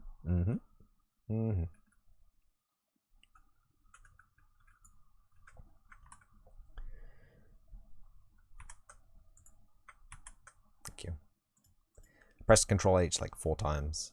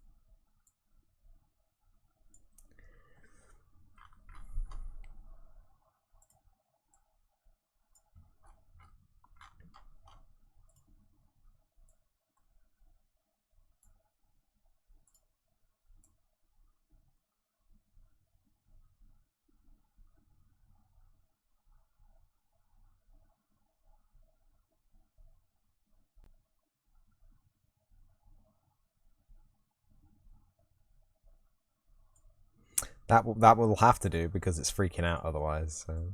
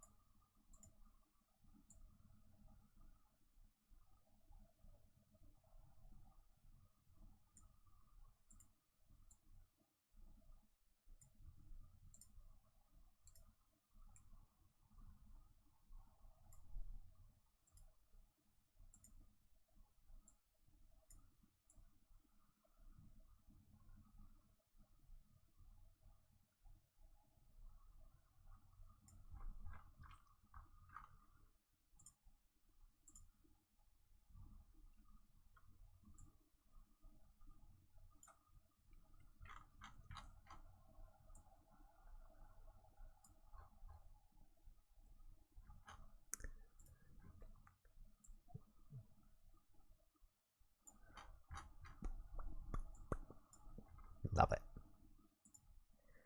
I've been thinking recently about having, for the other project, the non-scientific, non-educational project. I've been thinking about some kind of a material that deforms the player character based on a world, like a surface normal underneath their feet, so that they'd be able to walk on rough terrain without having a specialized animation for it. I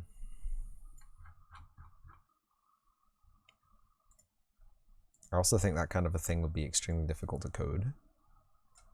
Shader only as well, double difficulty. And then also, it would be cool, yeah. But like, how would you then create the substrate on which the player walks? Because right now they walk on flat surfaces only.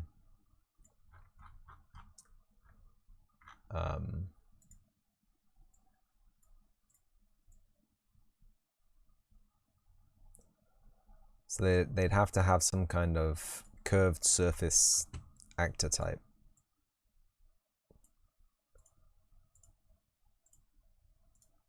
I don't know what would go on there.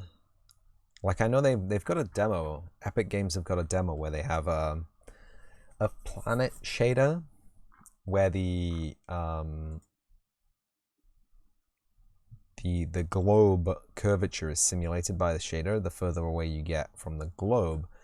And I figured something like that could be applied to like the flat surface plane that the player walks on, but instead of just having a globe, it could be a height map that drives that, and then there could be an averaging solution. But I worry that it would also distort the player model as well as the landscape, and the player model would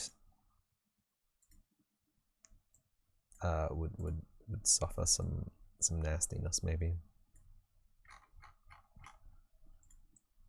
I don't know. Something to keep in the brain, maybe. In the brain vault for when my brain actually works and I can think about it. And my brain can tell me, yeah, that's a stupid idea. That won't work. Or that's a great idea. Implement it now. But I have been thinking about it. I've also been... Yesterday I did a little bit, remember? If anyone was here yesterday, you'll remember. I made a goblin. And that was so fun. It was so fun to make a little goblin. Just a basic template NPC goblin body type. But a large progress. I like it.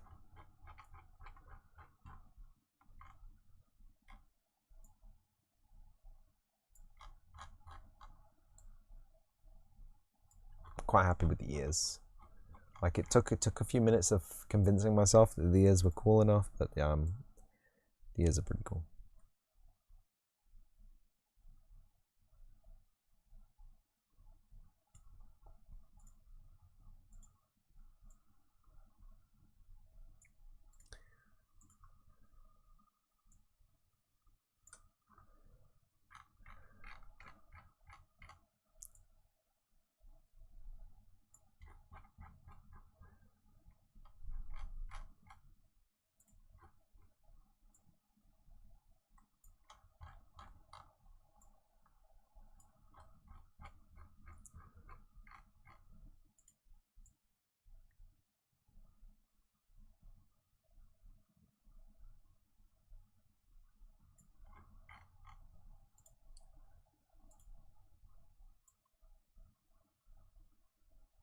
Is it really raining outside?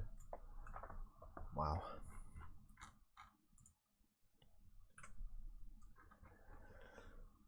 See how our progress is shaping up.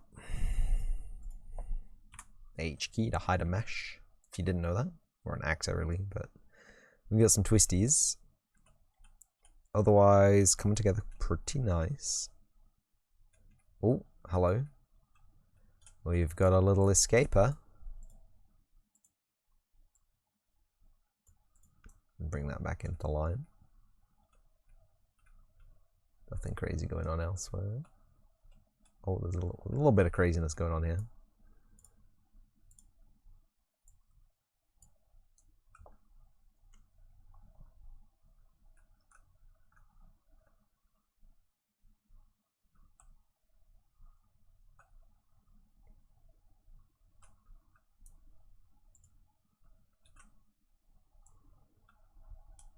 And the stuff that we just did looks pretty gravy. No jankiness, no sticking out struts. Can you ask me 2 questions actually now that you think of it? Yes. You can ask as many questions as you feel necessary. You know, don't bank on the answers making any sense, but shoot your guns. And questions. Not just guns, but also questions. Question guns.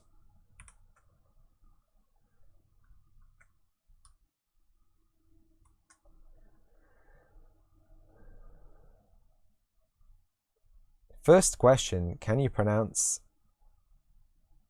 turfling? Turfling. Like a small piece of turf.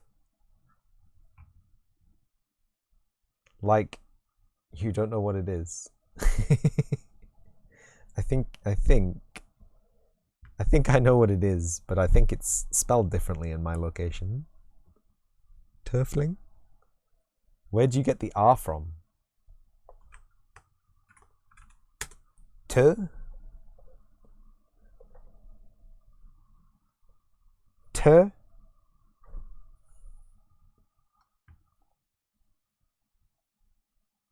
I've missed bits. I just moved on to a whole different bit and I missed all these bits out. That's why I look weird.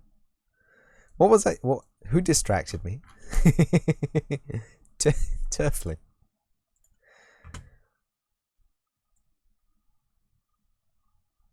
Bits.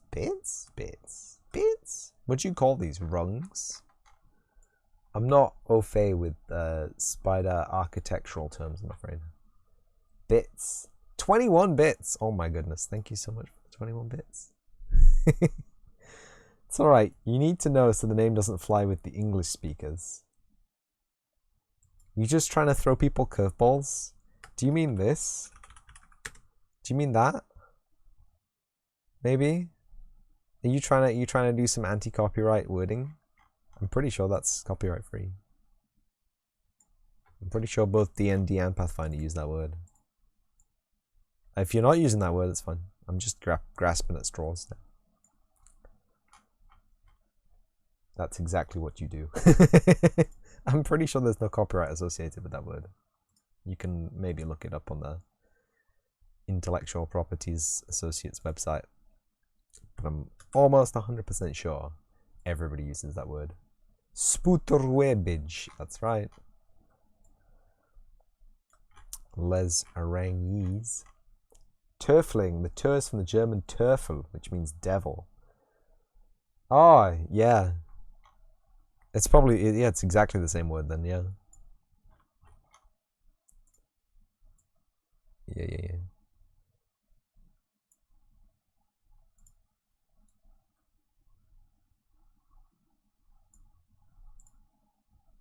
Fun fact, the Russian word debil does not mean devil. Question of gamer ethics. The whole chat is invited. Chaotic evil always, and you spare the prisoners, but only because they're going to join you anyway. I mean, what?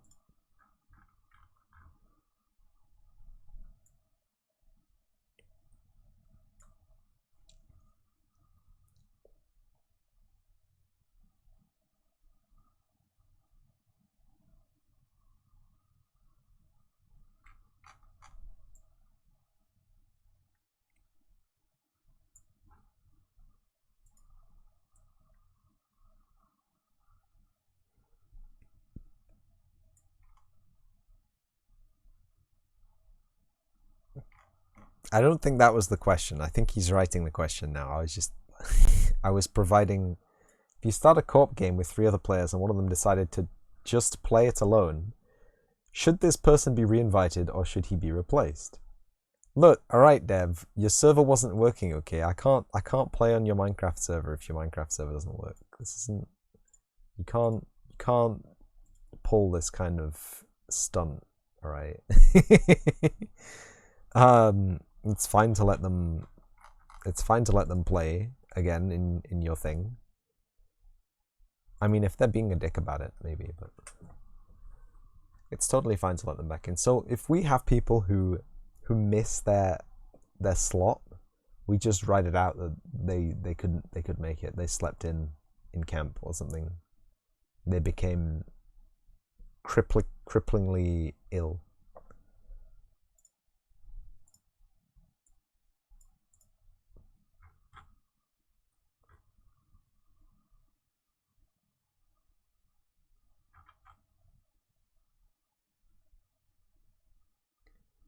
You worded that wrong. Hang on. The first session was co-op, and after that, just started to play alone further.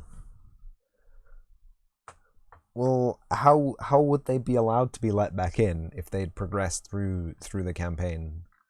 Like, that doesn't make any sense. Like, you wouldn't be able to do that anyway. Like, physically impossible. Surely. Do you think I could just grab all of these, right? Hear me out. Reno is here. Ah! You think I could just grab all of these and then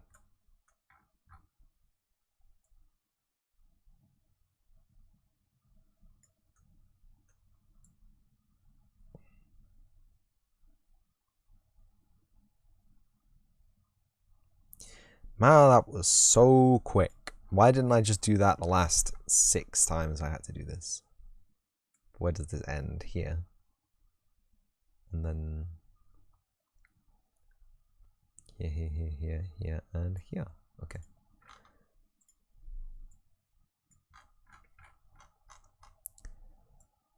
Like, I think your question about the ethics is extremely context sensitive, and we can't provide useful information.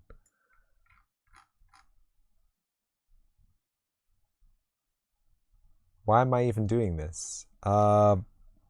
Reasons. I like the spiderweb design. I like the mesh, but the mesh itself had some issues, which I've already shown on stream, and I don't really want to show again on stream. But if you need to see them, has some issues. Also has some holes, which I'm not happy about. Balint is a dummy. Balint tries his hardest. Balint is not a 3D modeler professional. Balint is a scientist professional, and it's amazing that anyone can make 3D models this good with only science and passion. I can't make 3D models this good, as evidenced by the 3D models that I'm doing here not being as good, but potentially having fewer holes. Depends on the DM and the player being counterproductive for the DM's storyline. Yeah, it's like, if it's tabletop even, how is that possible? Like, they'd have to go to someone else's session. This is slightly painful to watch. Dev. Do you want to do it? Do you want to do that? Do you want to do this for me? You can do this for me if you want.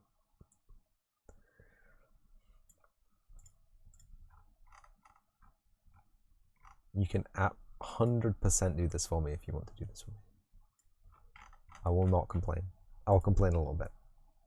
I will micromanage every single mesh operation.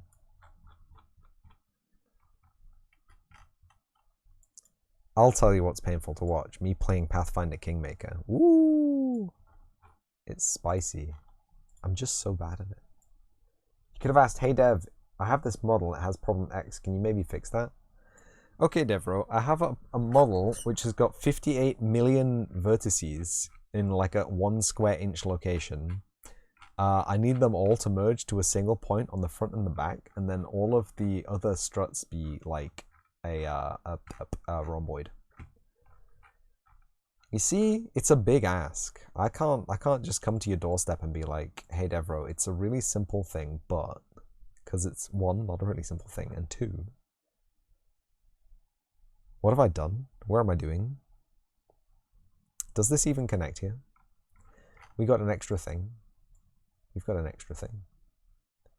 We've got an extra thingamy.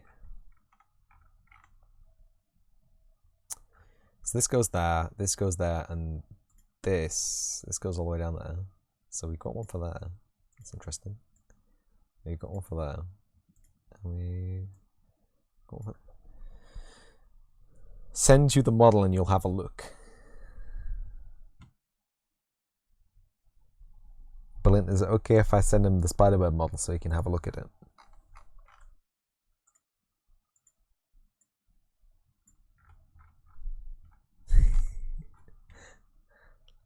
I'm sure he won't make fun of it.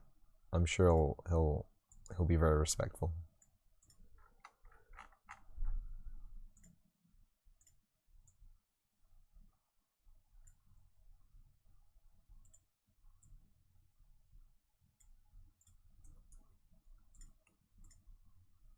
As long as Devro doesn't steal our hopes and dreams and goes easy on your new modeling skills. There you go, Devro. You've got your licensing agreement. you can look at it now.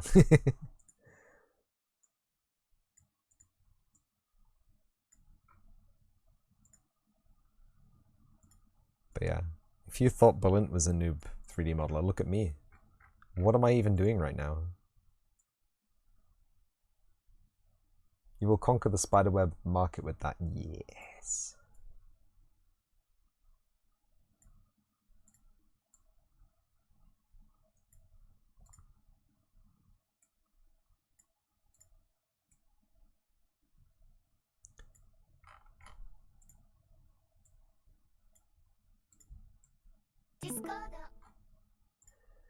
Oh yeah, don't look at my cool messages, bro.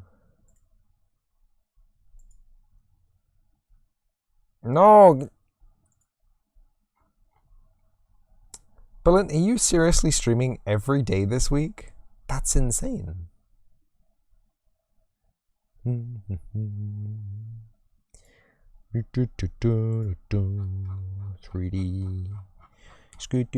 You'll be happy to know. You always do. My goodness. You'll be happy to know, Devro, that I actually already exported this. Where are they? Where's the folder that I exported them to? 00 export. Oh, it's in science. Science assets. Exported meshes. Upload to 3D stuff. Enjoy!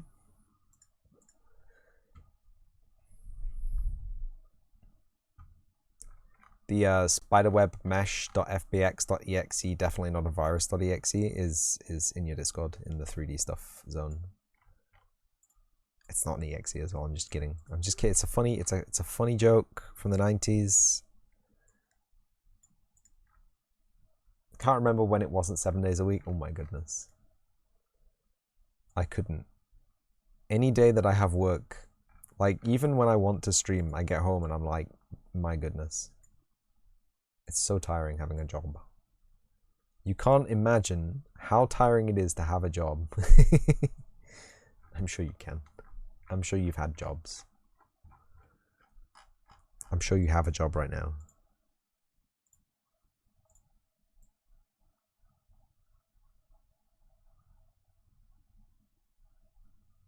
You get tired, full-time job plus full-time stream? Yeah.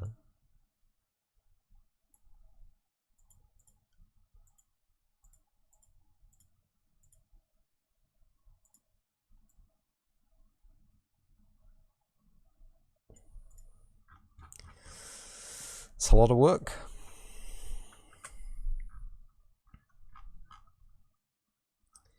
It is a lot of work.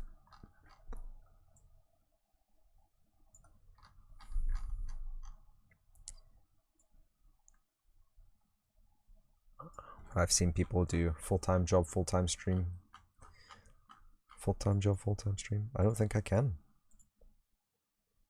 You get tired, you want to do good. Hype. Big hype. We're getting close. We are definitely getting close here. I think we've done like...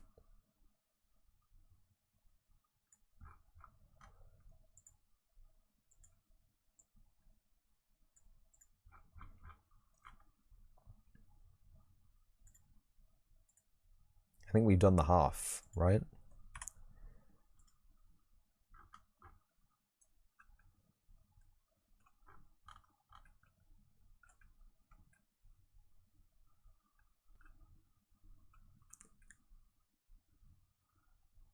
You do well at doing good. What the heck is going on here? What the heck is going on here? Absolutely not. What the heck? How did this happen? Hello? Excuse me, I'd like to talk to your manager. Come on.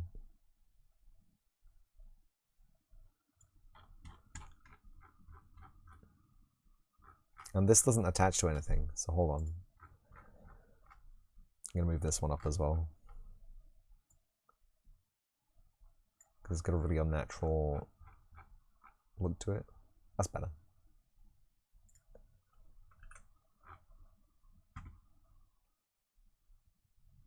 Garbage fire. Yes. Yes. Okay. Let's just check, see if there's any cheeky little pipes sticking. Oh, there's a cheeky pipe sticking out there.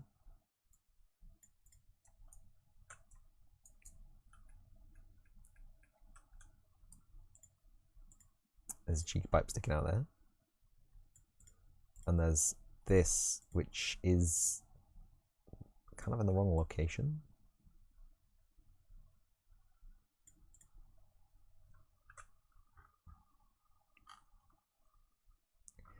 Oh, there's a cheeky pipe sticking out there. I can see it from a mile away.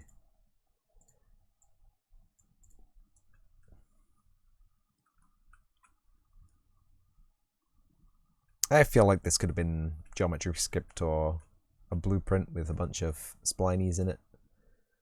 I feel like it could have been maybe easier than it was to do. But it wasn't, so it isn't.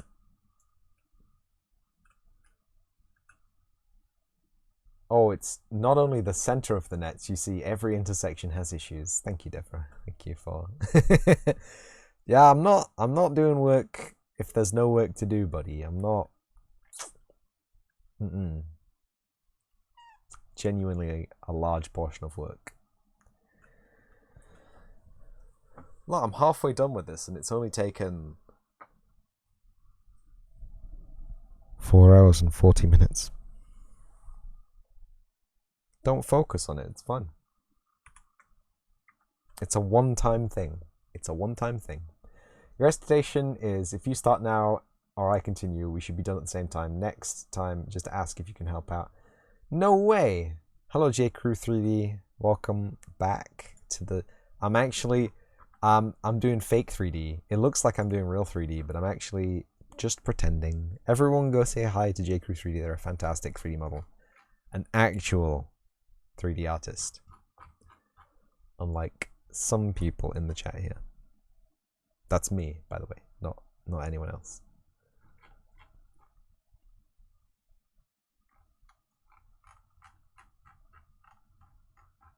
I'm trying not to show it on screen too much, but if there's two.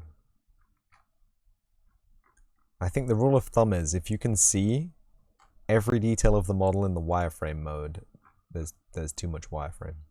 That's the rule. We level up all the time.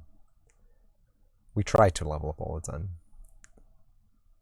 The D stands for deception. I don't know what the D stands for.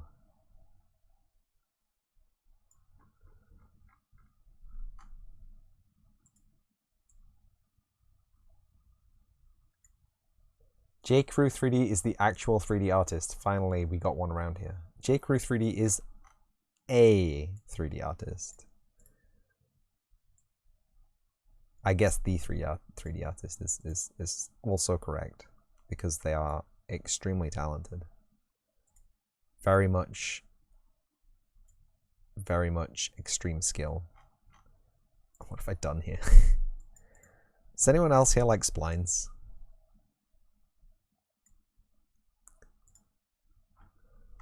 Did you finish the alchemy toolbox thing?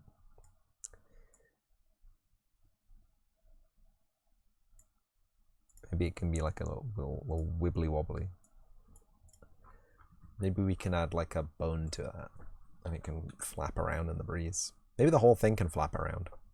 Maybe we can do that in the material shader. My goodness gracious me. Shwoop. Still noodling with the textures? That's fair. Textures are difficult. I've spent many minutes noodling with textures in my time. Soon. I can't wait. I've been watching that series for minutes.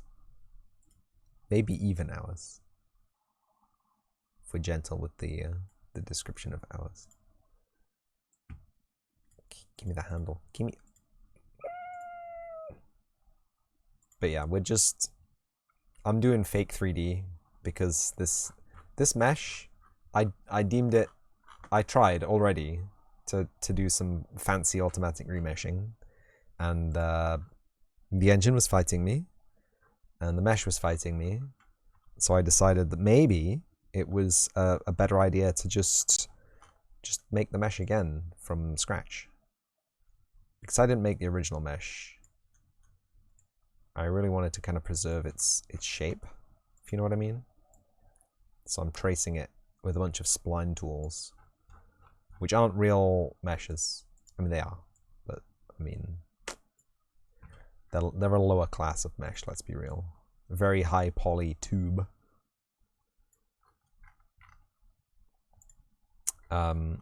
And then we're going to merge all of the tubes together and remove the degenerates. And that, fingers crossed, should give us a much nicer end mesh with nothing like this. This is what we're trying to avoid. And also no holes. Because I'm pretty sure any intersection that looks like this has got a hole somewhere in it. At least one, if not two. And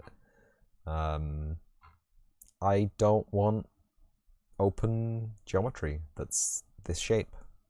And especially, it's going to be easier because if we go back to the 3D view, this mesh is beautifully sculpted to be a natural flowing shape. It's got deformations in all 18 axes, which is great for looks, but it's terrible for a game item. So this has got no deformation. It is flat. And that's great because we can then potentially put this into an area and turn it into a sprite. Which means that for extreme long-range distance viewing of this mesh, it could be represented by a plane rather than an actual mesh. And its LOD 4 or 8 can just be a flat surface with a bit mask. And that will be extremely performant. Very happy. But yeah. The first step is putting the tubes down, so here I am putting the tubes down.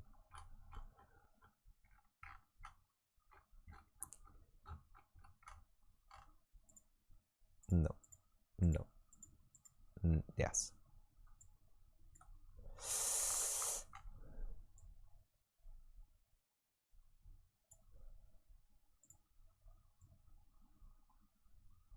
Optimization, love to see it. I don't know how it's going to work though. I think for doing something like that, I'll have to override the automatic LOD generation tool, and I'll have to import my own LOD for one of the specific LODs. Because otherwise, the automatic LOD generation tool will generate an automatic LOD. And if I just went in a circle with my logic there, but it will try and create a mesh that looks like this, when that isn't the optimum solution to creating a LOD for this mesh.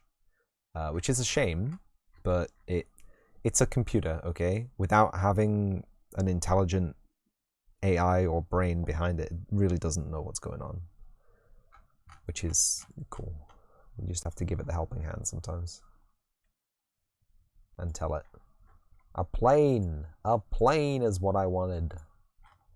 No, not a really weird mesh with a bunch of holes in it. A plane! Because it will give us a really weird mesh with a bunch of holes in it. I guarantee you. Guarantee you. Oh, I got nanite working again. I can't show you in this scene, but Just everybody who didn't already know that I had Nanite working again, please receive the information. You have received the information now. Nanite is working again. I had to update Windows. Yeah, because they changed the way DirectX 12 worked. Yeah, halfway through DirectX 12's lifetime. Even though DirectX 12 is supported on, I think, every distribution of Windows. Windows 10. As long as you have sufficient GPU and CPU. Oh, but they were like, oh no, but the way that we package it now is different. Oh no, but like the way we update it now, it's got 2 cores. Could that not have been like an isolated update? Could that not have just been something I could download? Apparently not. Apparently that's a Windows update feature. And I very tentatively stepped into that. And then very tentatively stepped directly back out the second it was working correctly. And it's funny, because on the login screen it gave me a pop-up saying, oh, you've got like 18 things you got to configure and download now. And I was just like, no, tell me in 3 days. It's been a week, hasn't told me again, so I worry. Even though all of the settings for Windows Update have been maintained through the update, just thank God. Took me weeks to get those settings in place. Do you know how hard it is? Do you know how hard it is to manage Windows updates? And I know people are going to be like, bro, just update Windows. I don't want to. I don't want to. I got my operating system to a point at which it wasn't messing me around or crashing or restarting when I didn't want it to restart or throwing a pop-up in Bitdefender every 14 seconds. Are you going to restart your PC just to check if it? Do you know I've been using PCs? Okay. I got my first home computer in 1994.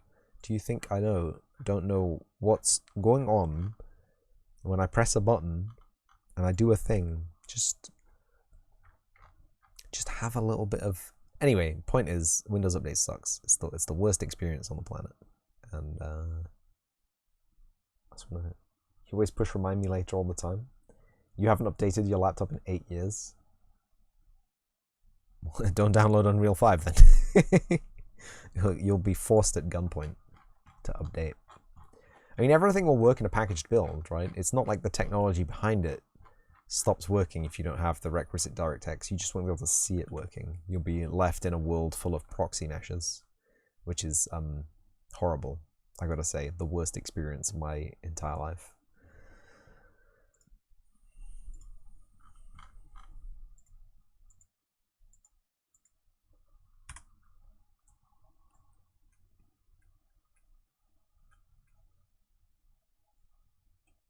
Hasn't been online in 7 years. That's fine. Do you know I have a laptop right here? I need to charge it really. I need to get a proper charger for it. It's Windows XP laptop.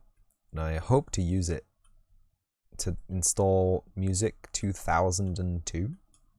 2002? The PC version of the music creation series. Because Music 2002 does not work on Windows 7, 8, Vista, or 10, or 11. You can technically install a Windows compatibility patch, and without any additional instructions, you can actually install Windows XP in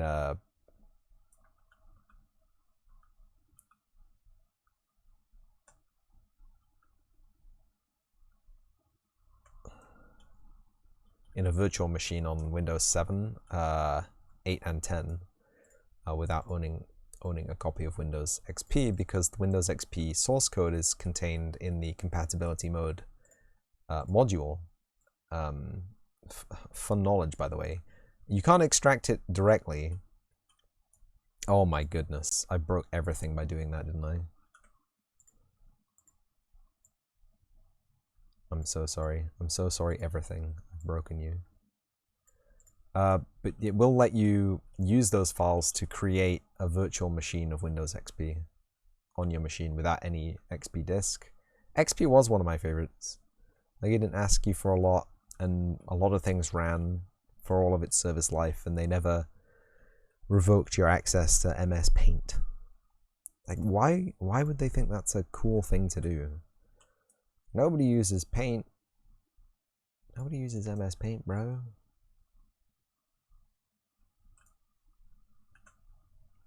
Was the... Like, I get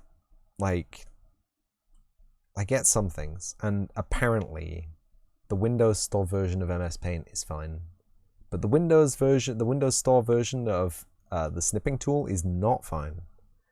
And I appreciate my snipping tool. Someone has sent me a message. Oh, it's an announcement.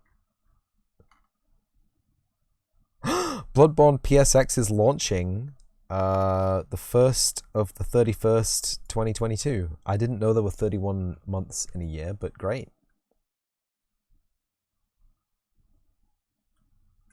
Used to color all your art in MS Paint. Yes. Paint is one of the nicest, simplest programs to use for productivity, because when you use your snipping tool, right, and you create a snip. Thank you. When you create a snip, right, you can save it directly, or you can paste it into Paint directly. It puts it in your clip, but you can post it anywhere. But Paint opens quickly and works quickly, unlike things like Krita. With a mouse and keyboard? With a mouse and keyboard. It's the only way.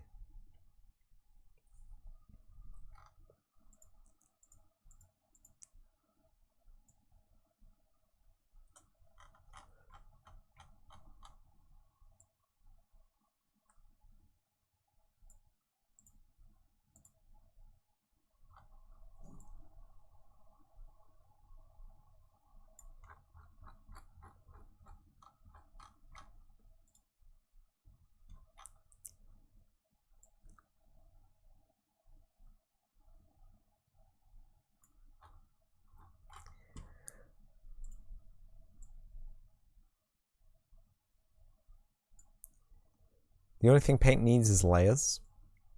See, I think you're overcomplicating it now. Layers are a double-edged sword, I'm afraid. I really like Krita's got some good layer blending options. Like actual CPU style bit masking options. You can learn a lot by looking at them, analyzing them. Or you could learn nothing by not looking at them and not analyzing them, just wondering why your color palette doesn't look right when on a black background to a white background. But then when you do an alpha inherit layer with a black background for your thing, it looks the same both ways. Makes backgrounds so much easier. Let me tell you about backgrounds.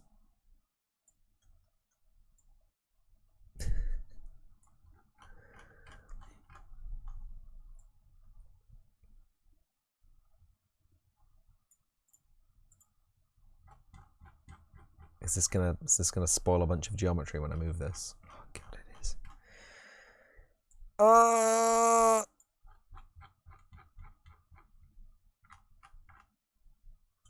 You know what? We're just gonna roll with it being there.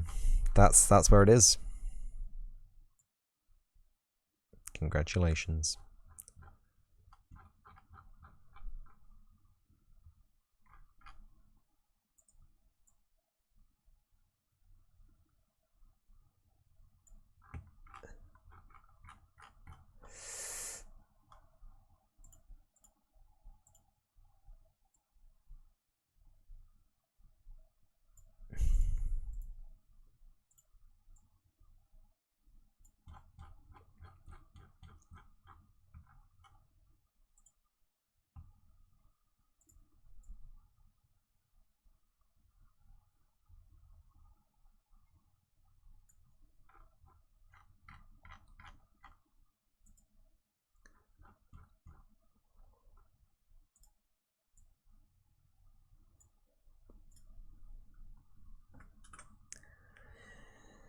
Oh.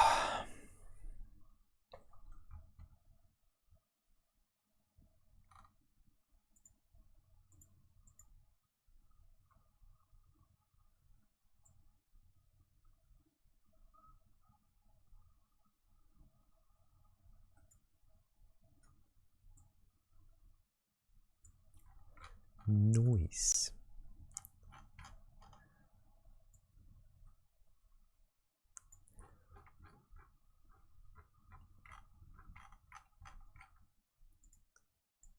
So I don't want to belie my secret passion for ancient computers, but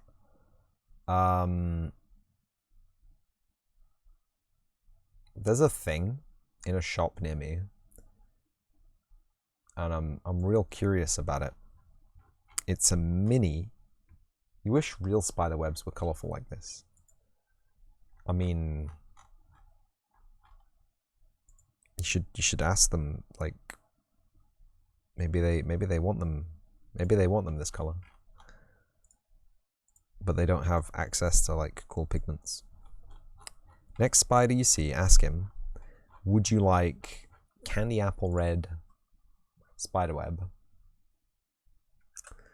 Anyway, there's an Amiga 500 plus mini, so it's, you know, just a box with a Raspberry Pi in it or something.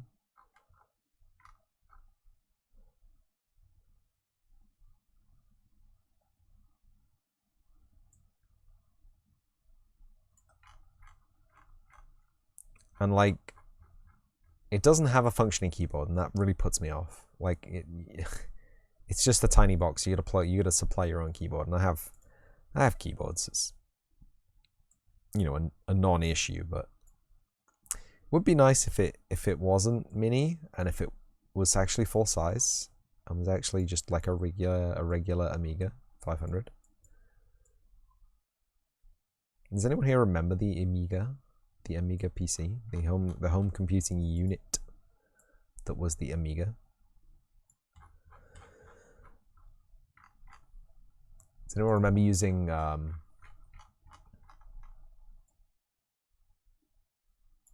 Wordsworth or what was the music software?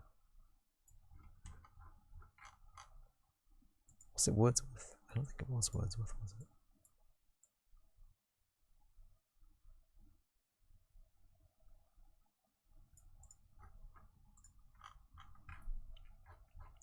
Like, they have C64 minis as well, and I've read reviews and I've seen review videos that say the large scale C64 replica is actually much better, but it's also like 3-4 times the price. So like the discrepancies between them are minor. Like, it's mostly stuff like the boot to basic time is better on the big one because it's bigger. It probably has more space for like cooling, so it doesn't like overheat as it's trying to simulate a C64 running at the blistering 112 hertz. I don't know how fast they ran. They weren't fast computers. But apparently the Commodore 128 Plus, I didn't even know it was a thing, but apparently the Commodore 128 Plus was the evolution of the C64, and it could run not just basic 7. The C64 ran on basic 2. The Commodore 128 runs basic 7, but also can play any software from the C64, can emulate a C64 hardware, and it had another set of programming software, another programming library. I can't remember what it was. It comes with the 128 on a disc, but it was a key programming language, something. Sorry. Was it like a precursor to Unix or something? Anyway, I found that interesting, and yeah, I should get the C64 out. Maybe I should make my next game for a Commodore. How many people out there have got Commodores still? Want to play a brand new game on them?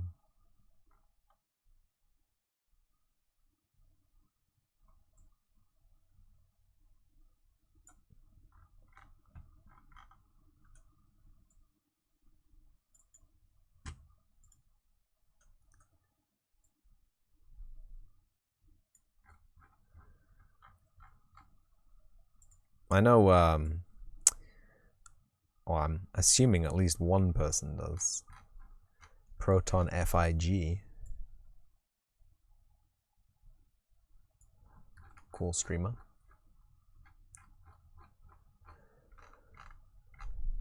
Almost too cool, in fact.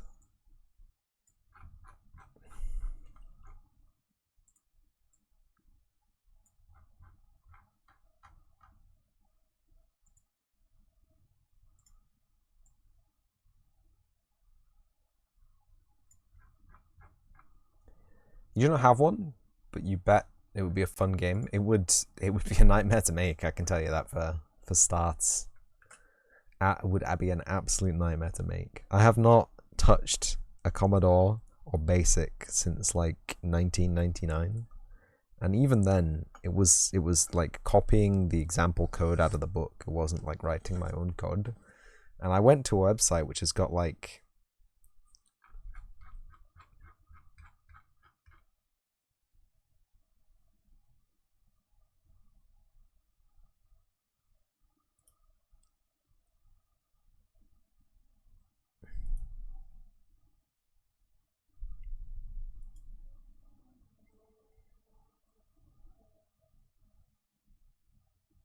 what?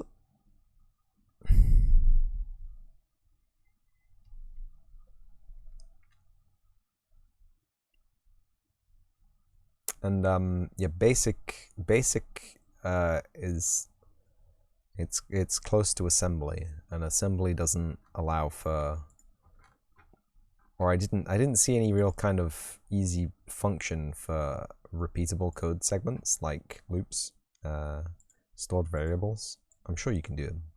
Like they're a key concept to programming, but it would be specifying a memory address and doing a write, and then specifying a memory address and doing a read kind of style stuff. And like, how do you write a template function in BASIC or assembly? It seems improbably difficult. But I'm sure there's some smart friend in chat who can tell me, actually, it's quite simple. All you need to do is sprinkle magic fairy dust on your CPU twice a night.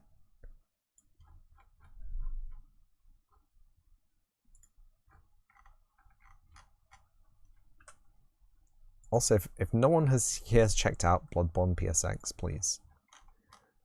please check out Bloodborne PSX. I believe if you type in Bloodborne PSX to the itch search bar, it will come straight out.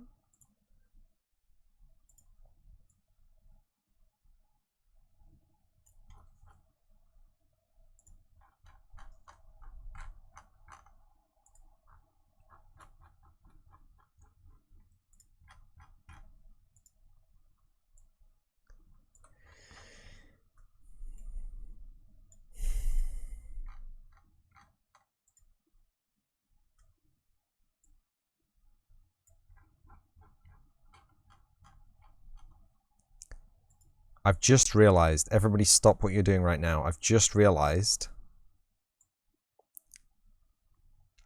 the John Cena theme song is actually a remix of the Wonky Donkey theme song from SMTV Live.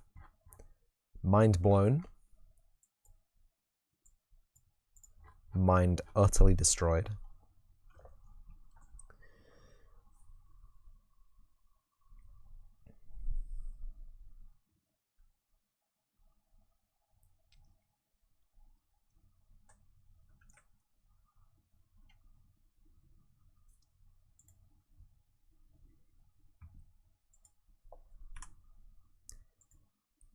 It's not actually. I remembered it wrong. And now I've remembered it right. They're completely different songs. I'm just doing a funny. Look how smooth it is. Look at all these disgusting twisties that have occurred somehow. Mm. Mm.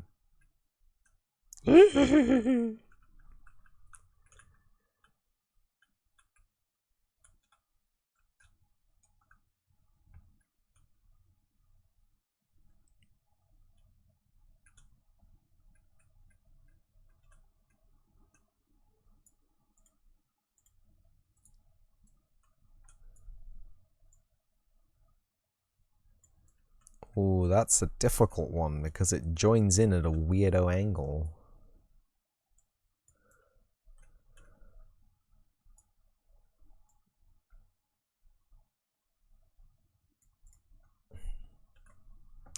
Love it.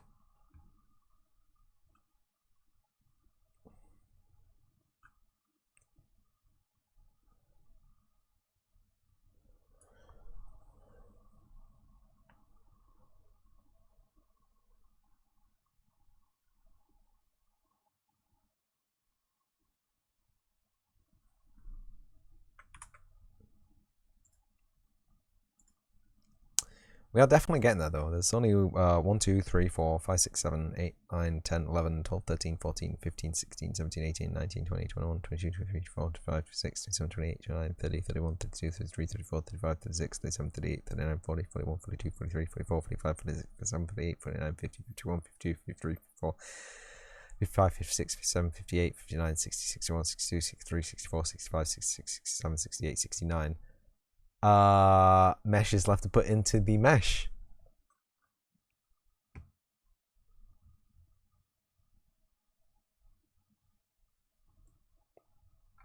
And now we know the turbo way of doing this. We don't have to mess around with the slow way anymore.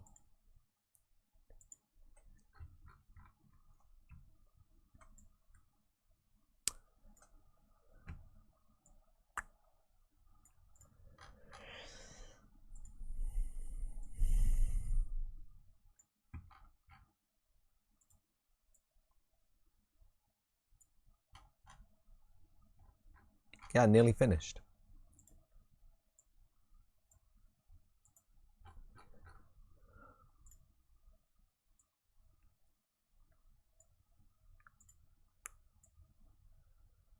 Swoop.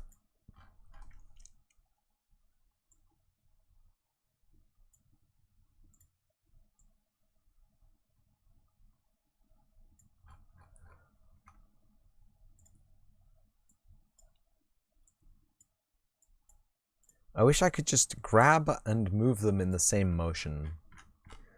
That would be satisfying as heck.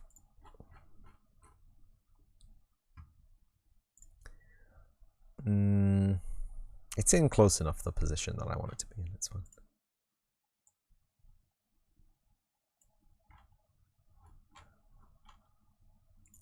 Has anyone here played Ridge Racer Type 4? Easily one of my favorite games of all time. I've had the opening theme song of that stuck in my head for weeks.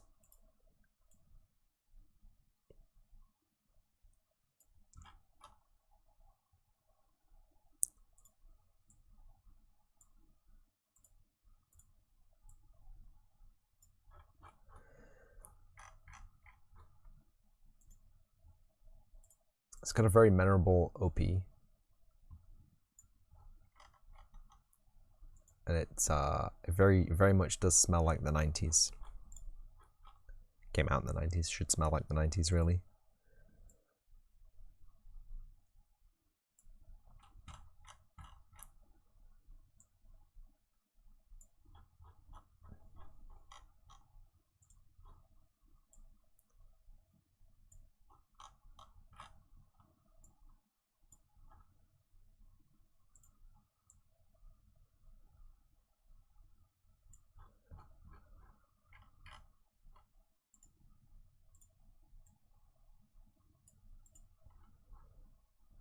Lumi, don't.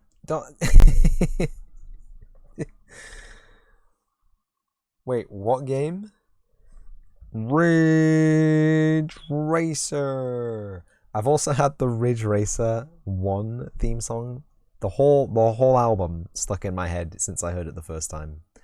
Lords of Techno comes in just at the least opportune times.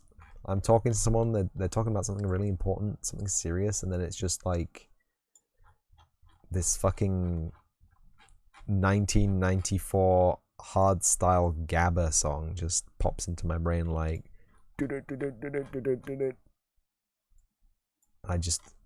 I have to take a second and I'm just like, stop, shh, put the boombox down. My brain never listens, by the way. I tell it to put the boombox down, it just picks a second boombox up. Least well-behaved brain on planet Earth.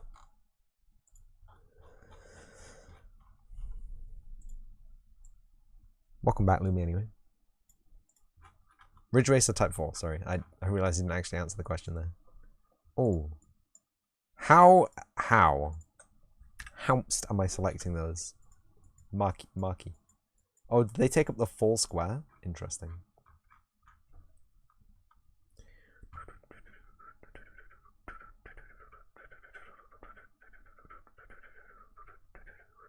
Claire is awake now and it gets loud from her computer being on. I know that feeling. It's hard to sleep with the computer on. Like the days when I do my my yearly streamathon, 14 days back to back. The first year I got so far behind YouTube uploads, YouTube transcodes at least, that I decided the next year that I would do them the night. I would do the stream in the day, and then at night I would transcode the video, and I would save the uploads for after the event. But even just the transcoding the video at nighttime, it's loud and it was hard to sleep, and that delayed several of my streams that event. And there's no other way around it, is there? You either got to do it or you got to not do it. And I decided that I was going to do it, and yeah. I slept great. Yeah, it's just hard going to sleep. Like once I was asleep, nothing can wake me up. Not even getting bitten on the hand by mosquitoes. Not even, I mean, maybe the sound of a hard drive crashing would wake me up. Give me panic sweats. My goodness gracious me. It's a sound that I do not want to hear, ever. I heard a CD drive crash once. It was... Guy ruined his copy of Halo 2. Pro tip, pro gamer tip for any gamers out there, I repeat, do not change the orientation of your Xbox 360 console while the disc is in the drive spinning. Just can hear you because your phone speakers are not that amazing. Yeah, phone speakers aren't amazing, and I don't think my stream is very well optimized for like being heard. I just kind of ignore the problem because I have the BTTV compressor, or is it the Francophase Z compressor? There's the compressor built into one of the Twitch add-ons, but you can't use that on mobile, can you? Maybe I should just steal their compressor settings and put a compressor on my voice, but then what? Then you lose all the dynamic stuff. Maybe Twitch should just have a compressor on the mobile version so that people can actually hear things. I will be fully honest with you. Most of the time when I'm watching stuff on my phone, I'll put earbuds in. Because it's just better, isn't it? Earbuds. Not even that other people can't hear what you're listening to, which is a blessing sometimes, especially on a train. Oh my god. Stop sending me those Twitter posts. Not you, but the people who are sending them. Stop it. Headphones in are a must. Oh my god. Anyway, enough of that. But it's just easier to hear what you're listening to as well. Don't mess with your voice. Too late. Ha. I already have all this. It's a limiter. It's not a compressor. It's a limiter. I don't...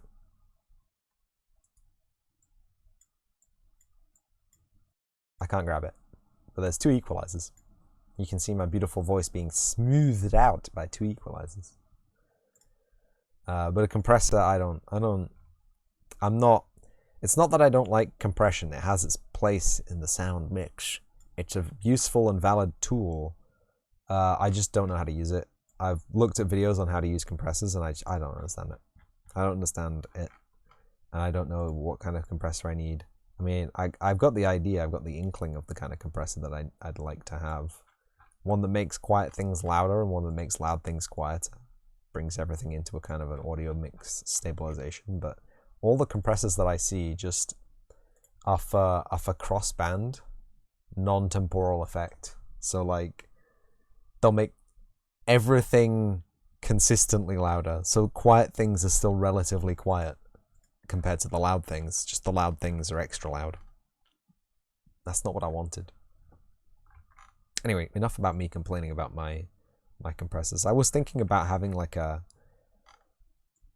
voice mod thing, like a kawaii voice mod thing, and having that as a redeem, but I don't know if people would enjoy that or if it'd be really weird. It'd probably freak me out more than everyone else.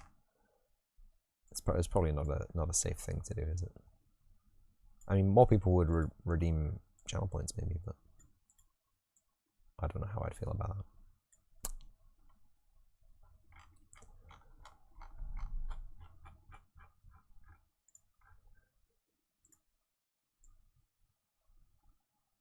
Probably be really hard to set up too. It's probably not worth it. But I did recently get a formant shifting pitch effector, pitch VSD. So something that you can alter the formant frequencies of the thing, which means that you could ostensibly change the timbre of the voice without changing the pitch, or you could change the pitch and the timbre simultaneously, so that instead of just having like a high-pitched chipmunk voice, it would actually be not just high-pitched, but it would have a different characteristic. Anyway, not the point. Let's have a cheeky look at this so we don't lose. It's almost 10 p.m. My goodness.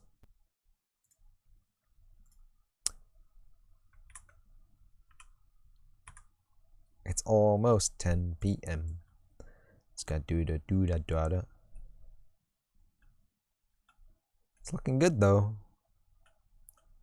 It's looking real pipey. Already forget you're a VTuber sometimes, so it might freak you out. Oh yeah, I forget about that. Like, oh, I can't even see my feedback monitor right now. Oh, yeah, actual VTuber confirmed. Wow. I do forget. Like, especially if I have a window open on the other monitor. It's weird. It's a weird sensation to forget. Because you might not think this, but I just feel like I'm existing, you know? I look at it for about 5 seconds before the stream starts to make sure it hasn't crashed, and then it's whatever, you know?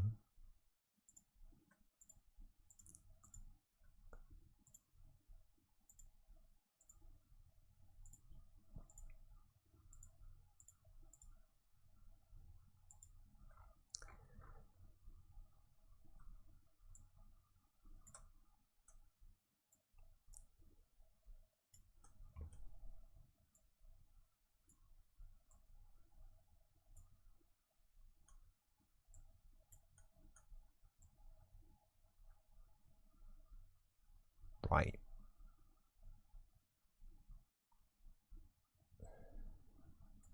I was talking with Vale on their stream about their comms being open, and I said, no, I'm happy with my Vroid nugget right now. And like every time I think about that, I'm like, but Vale commission.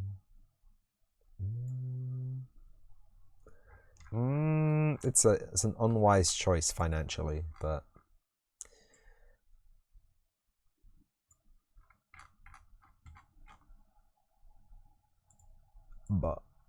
what isn't an unwise choice financially these days? Want to have a car? Haha, joke's on you, buddy. Want to have an EV? Double joke's on you. Speaking of EVs, I got the EV Pokemon Go Prime Pack. I don't know if you know this, but I did. That could be something we do for the anniversary.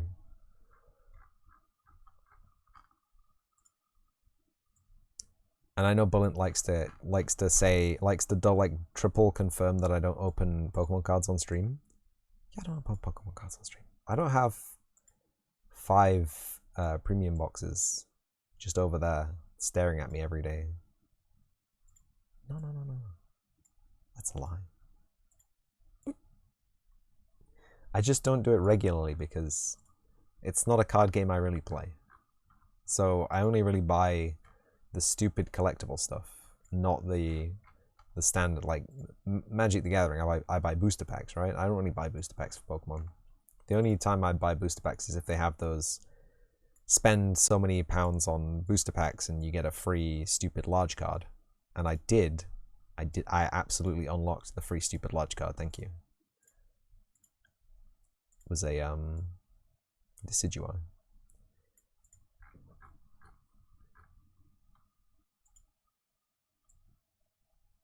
Very cool, stupid big card. I'm waiting for the Pokemon Pikachu futsal card. So it was a very smelly limited edition card that didn't get released because of COVID. I mean, it got released. They made the cards, but the way you had to go about claiming this is that you had to, during the COVID pandemic, be a member of a football or futsal club and go to your local participating game store to collect the rare card.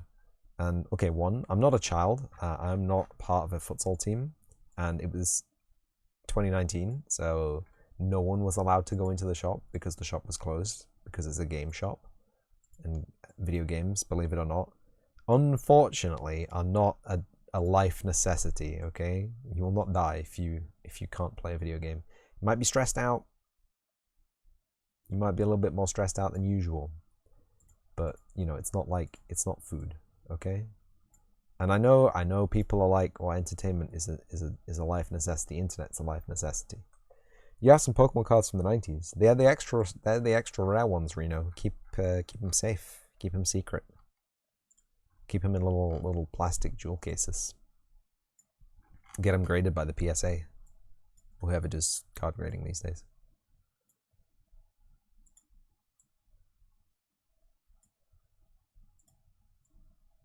All my childhood Pokemon cards are in pretty bad condition, so whoops.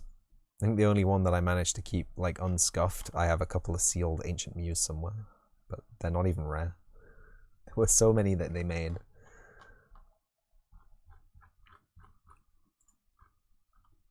You laugh, but the promo Pikachu from the first movie is like worth $600-700 on its own.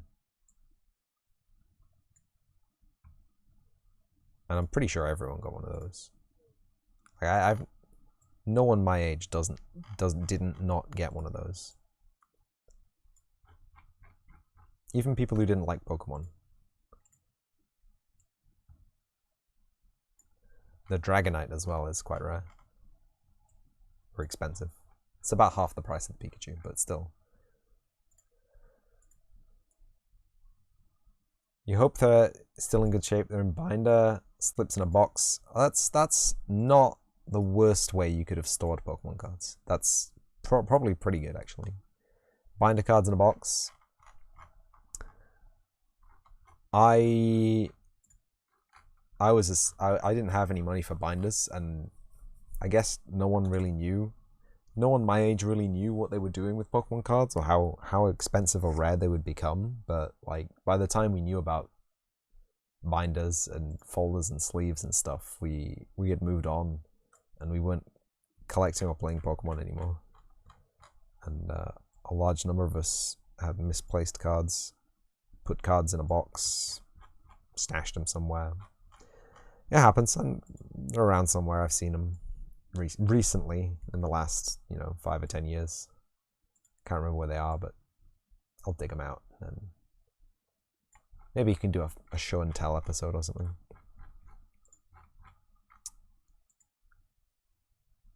This is my absolutely destroyed first edition Mewtwo shiny. If it was in perfect condition, it would be worth over $6,000. You took one of your brother's baseball card binders. I'm hoping you left the cards with your brother. Sheesh.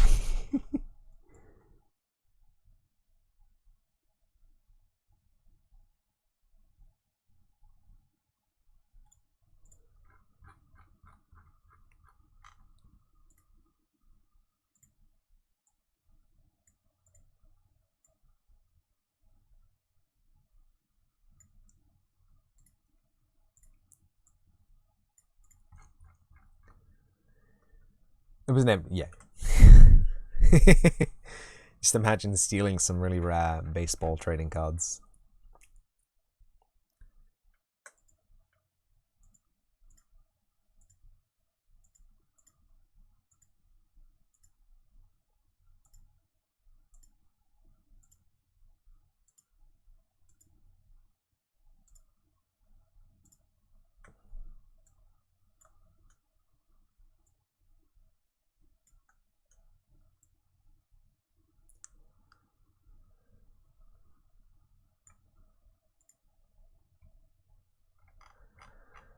Oh, this is the fun stuff. He's almost 5 years older than you and taller.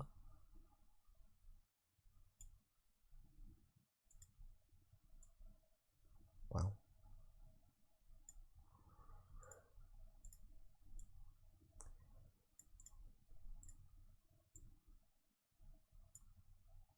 What's it like having an older sibling?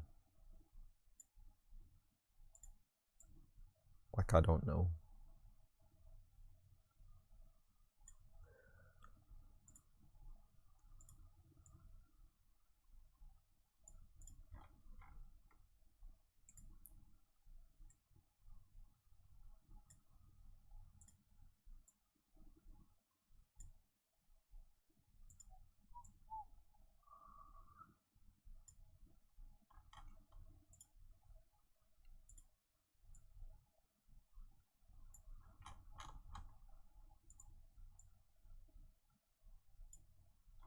Two older brothers. That's crazy.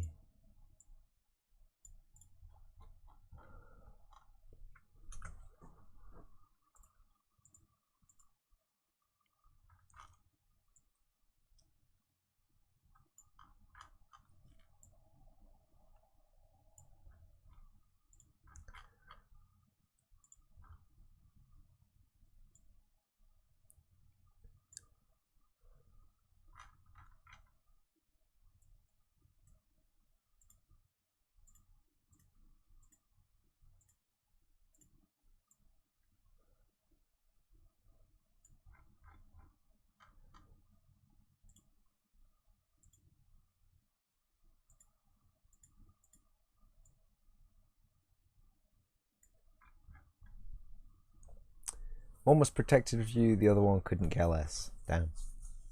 I guess it depends on the kind of siblings you have then. 1, 2, 3, 4, 5, 6, 7. 1, 2, 3, 4, 5.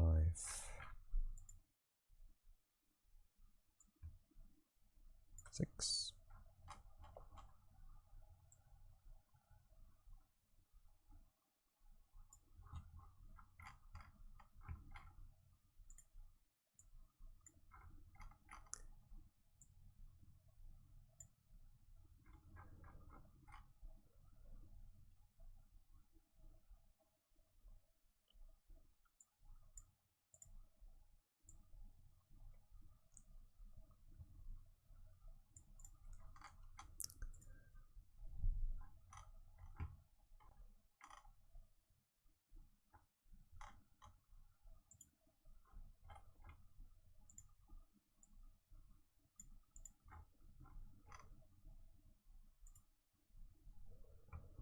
But generally, never lonely. Fa.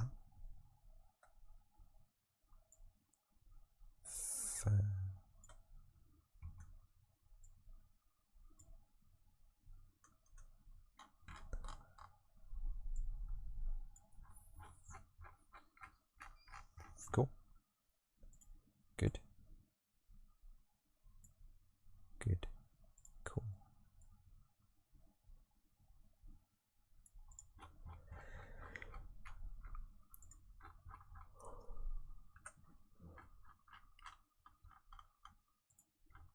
I like how Lumi has seen this and has just been like, nope.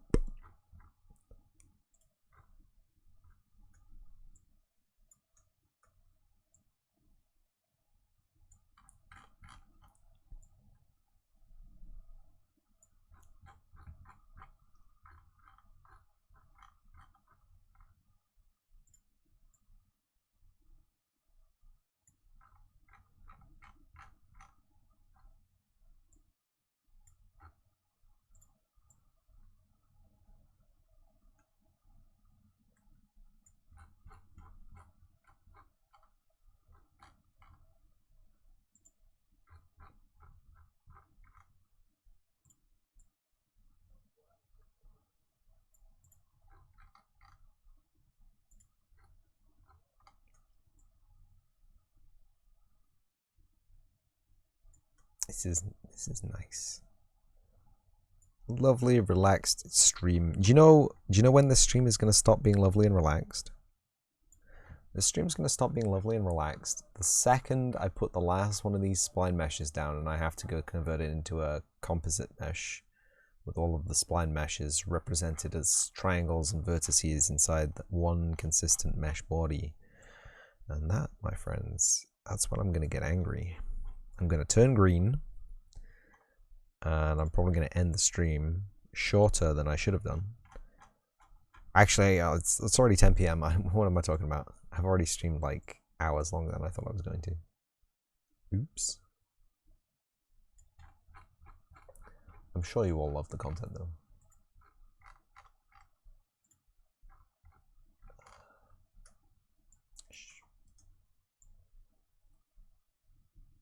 Then there will be screaming and running. Correct. Running and screaming and screaming and running. I did not think it was going to take this long to do this. When did I start? I don't think my stream timer is accurate.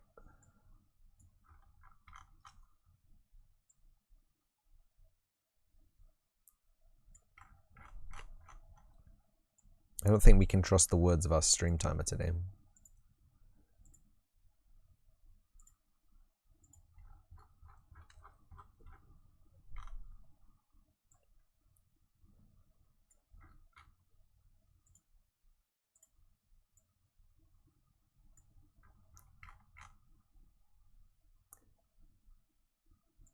Yeah, no, we can't. No, we can't trust that because the stream crashed. So I've been streaming for longer than that. No. Yo, I'm not doing the maths. I'm not doing the maths. La la la la la la la la la la la la. Yeah, I started at what? 20 past 4. That is actually 5.5 hours. God damn it. The technology's catching up, Reno.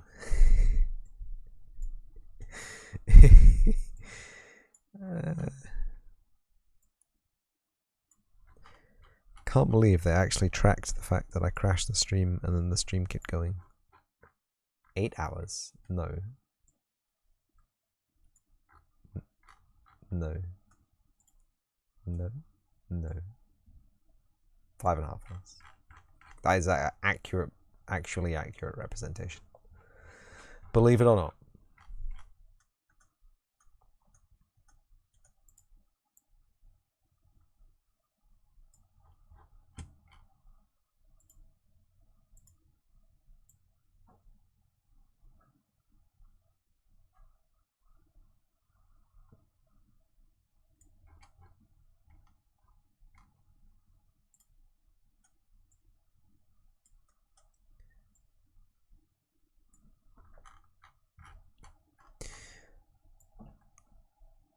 Oh, we got ourselves a troublemaker here.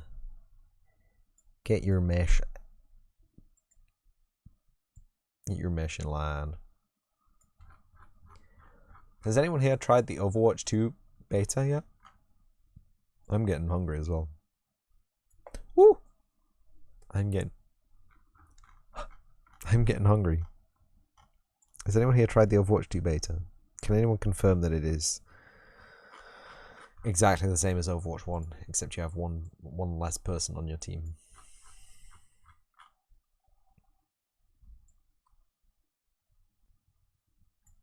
They're basically just copying Counter-Strike at this point. Go on. Go on, let's see the 3D view.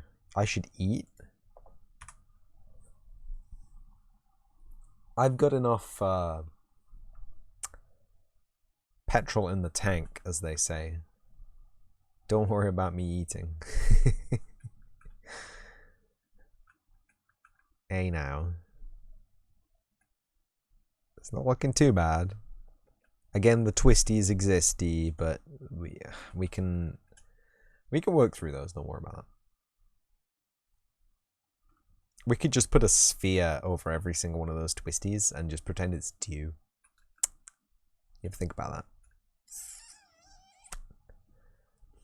Just 1, 2, 3, 4, 5, 6. 6 more arms of the spider web to do. And we'll be Dino.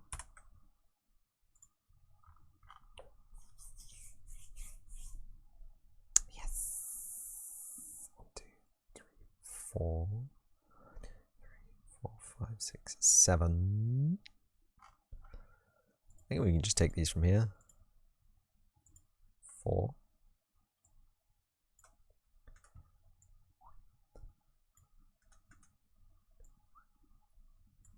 Today you were just gonna say that about the dewdrops. I mean, I wasn't joking, but at the same time, I was kind of joking. Like I'm not like it's a fun idea. It's kind of what it looks like, right? It's kind of what your eye goes. Oh yeah. But at the same time, I think it would be a lot of trouble to actually get that to work correctly. We all know I don't like trouble when it comes to things working correctly. I just want things to happen smoothly, without a fuss. Yeah. I mean, don't we all?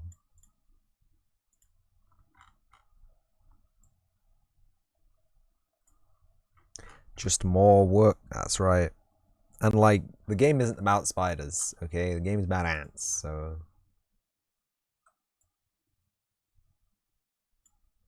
Let's get our priorities correct. We'll do the ant stuff before we finish the spider stuff. And then we'll slowly curve the game into being about spiders. No one will ever know. Spantonia.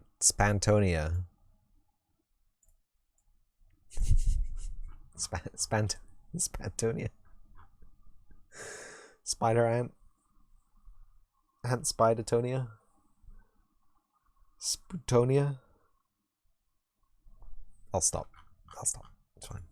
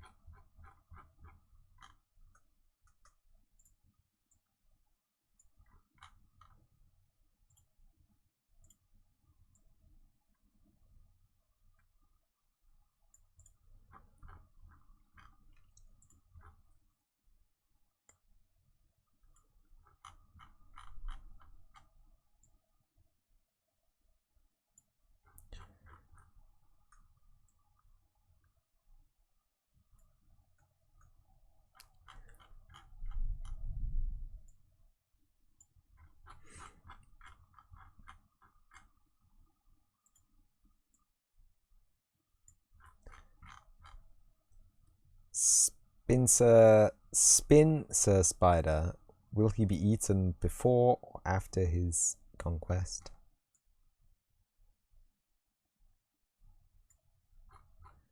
Find out next week.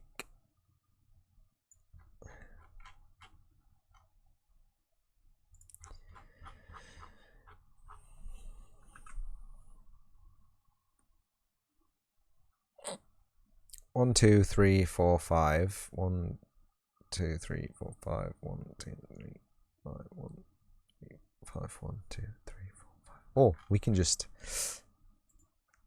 very cool optimization.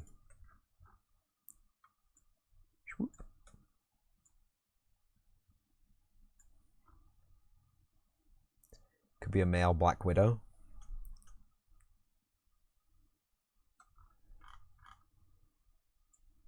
Oh yeah.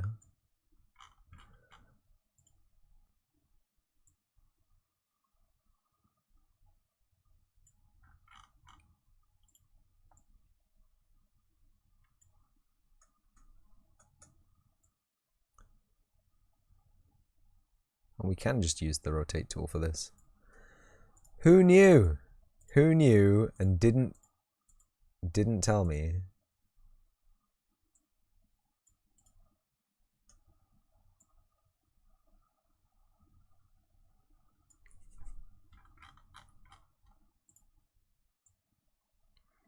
You know when you mesh, when you start to think that your mesh has got too many subdivs?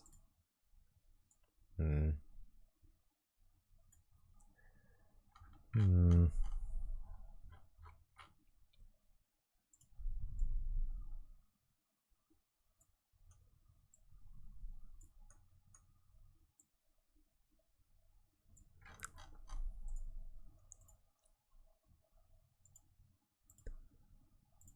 You gotta click on so many things to get to these little handles. Like, I know it's a fairly new feature to the engine, but I want to say it's getting real old real fast. Click, and then click, and then click, and then you can edit it.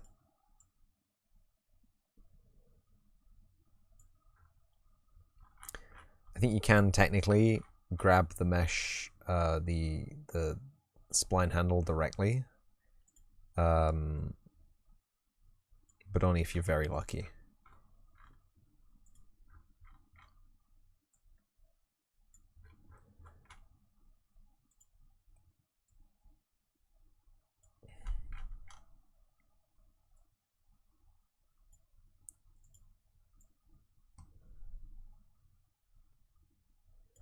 Tediosinus.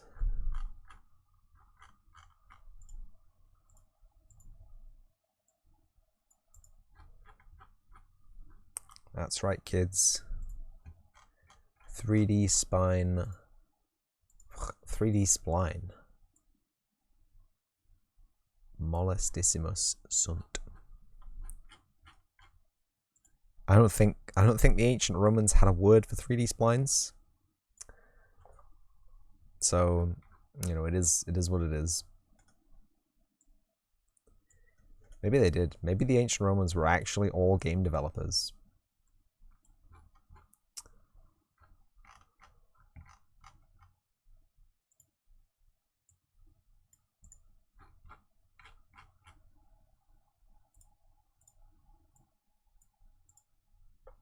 True.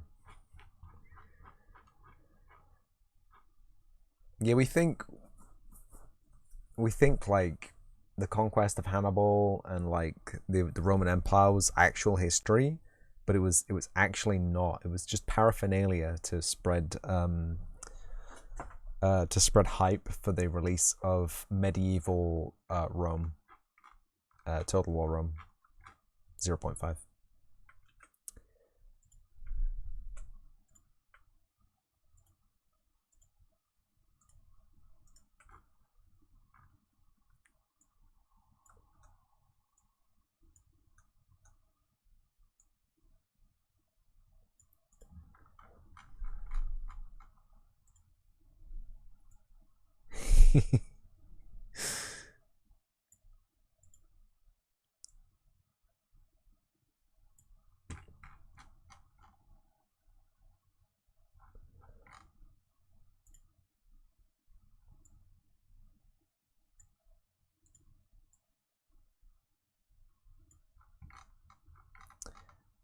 And I want anyone watching this to know that you can use the 3D spline tools in more than just 2 dimensions. But right now, that's not what we need. So, if you're watching this and thinking that Unreal Engine is a baby engine for noobs, you're incorrect. The Unreal Engine is just extremely flexible and can cater to the needs of noobs. Imagine that. A 3D environment that can cater to the needs of people who aren't proficient in using a 3D environment. Blender. Never giving it up.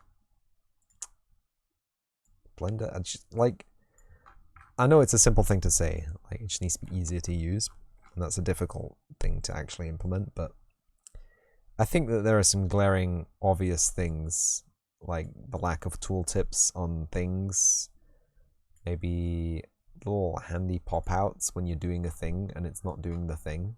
Do you know what I mean? Like when you're doing like a bool modifier, when you're using modifiers in general, if like you could turn on an option to be like helping hand, here, this is what you need to put into this box. You need a mesh reference in this box.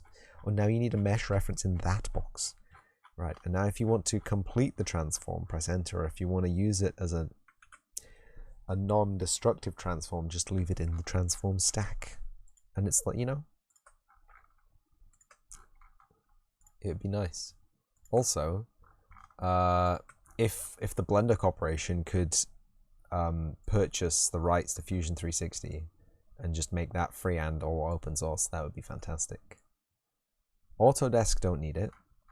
Everybody knows that Autodesk don't need it. They've got Maya for their 3D modeling. Why would they need Fusion 360?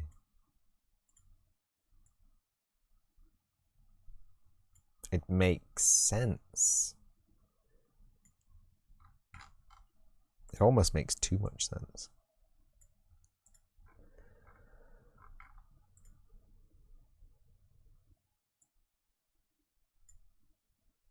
Need a little 3 paperclip to give you hints and tips? Absolutely, yes. That's the one.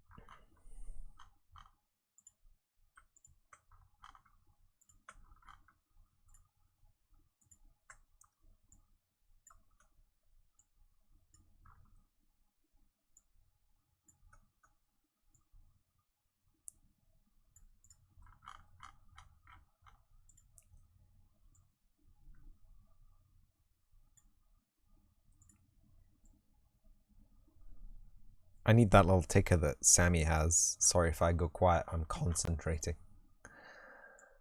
Sorry if I go quiet, I'm concentrating.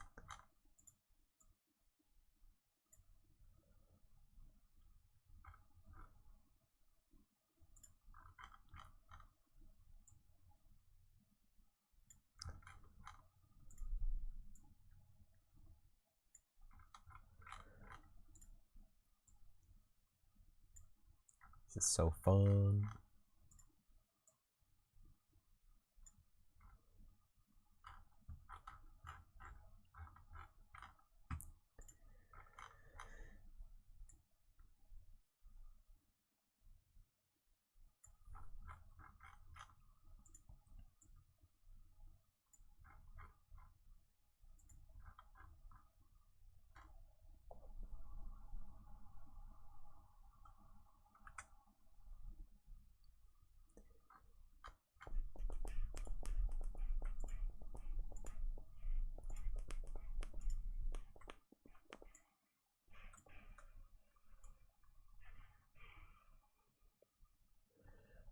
Excuse me, X rotation, that's actually Z rotation. Oh, what the flippy flop is this? Can anyone please explain to me how I have grabbed the Z-axis rotator? Can this be filed as a bug report?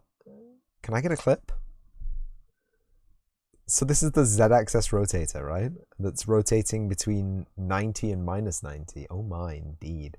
But it's represented as the X-axis rotator, which is the rotator that I wanted, and the only rotator available to me on the backside view. That is very interesting. Bug confirmed. I don't know how I did that. But I'd do it again. I think there's meant to be one here as well. I don't know. I can't really tell. Bullen, can you confirm? Am I red-green colorblind?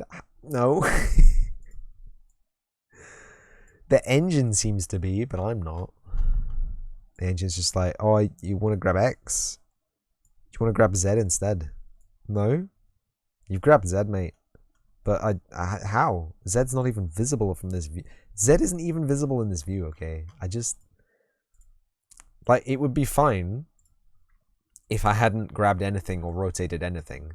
But the fact that it managed to grab the Z axis, okay, that I can't see or interact with in this state of being,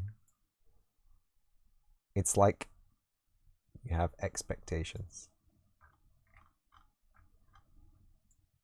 Oh yeah, the Z axis is blue in this engine. Oof.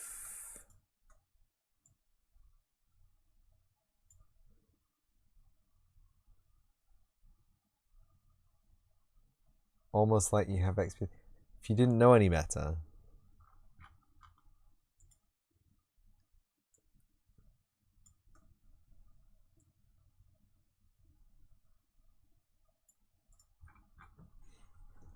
I'm so confused.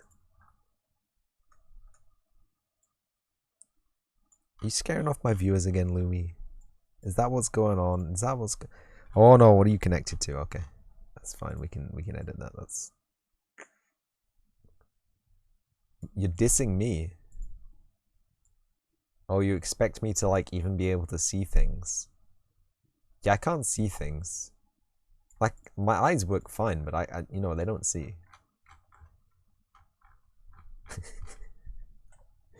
Just in case it wasn't clear. No, it wasn't clear, Lumi. You have to rephrase it. Like I have no idea what you were trying to express. I'm so confused. We call it stream blindness. When you're so engaged with being engaging that your eyes disengage from reality and no longer function correctly.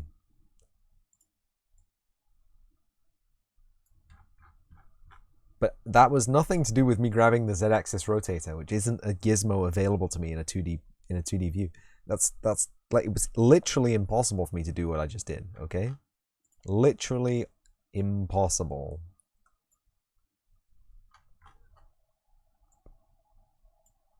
Like it would be like rotating on the Z-axis in Paint.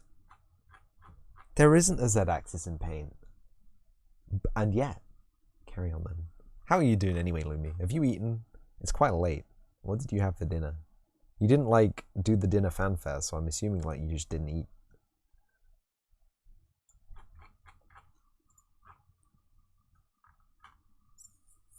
Impossible. And yet, I know.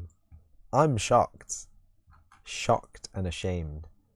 Dinner was brought to you. Woohoo! Very fancy. I'm like this close from getting a takeout. Like it's already late. But I'm pretty sure takeouts close early on a Monday. So probably not. I'll probably just forage in the fridge and see if there's anything that's not moldy. Delicious chicken stew. I do like delicious chicken stew.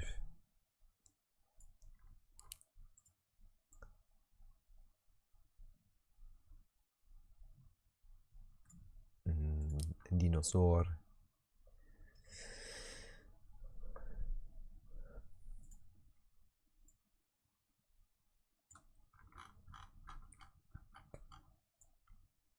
Or did I tell you the fire geckos are my friends now? I made friends with the fire geckos. Some African dish the roommate cooked.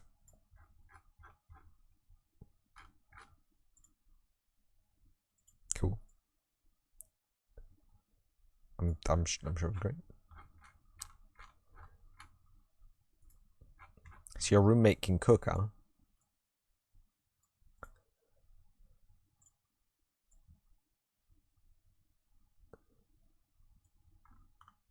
Next thing, you're friends with Deathclaws. No. Nobody's a friend with it. Not even the fire geckos are friends with the Deathclaws, okay? The Deathclaws are massive hard asses. And if they borrow money, they don't pay it back. They're like the worst kind. They're like, oh, lend me a $5, and then you give the Deathclaw a $5, and then it's like, psych, and then it chops your head off. That's how they roll. Impossible to befriend. And even like if you could befriend them, you wouldn't want to. They're smelly. Stinky Deathclaws.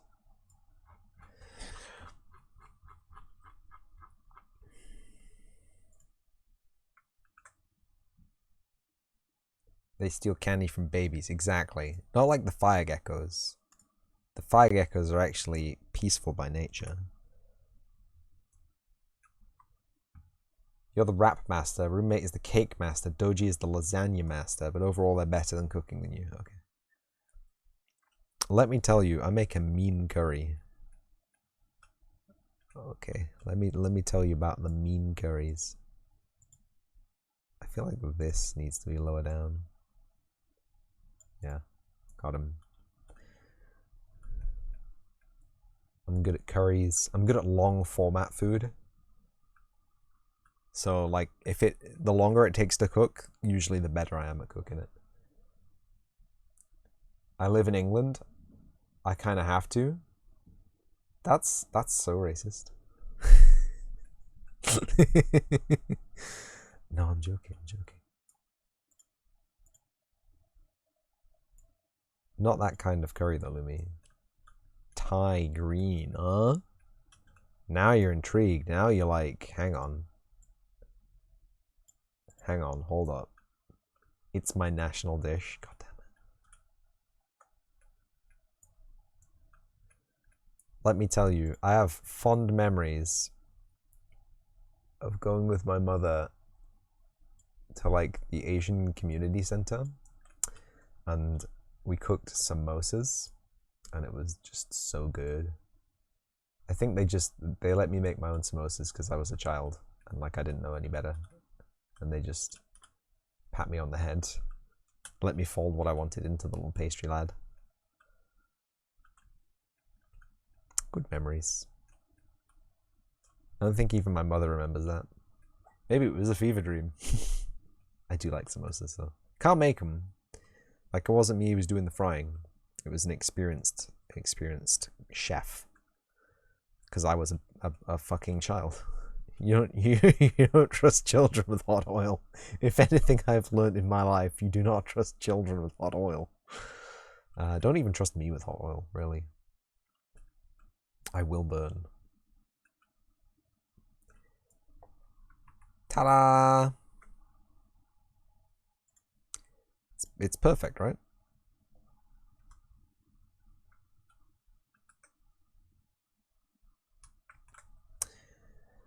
No, I actually need to hide that.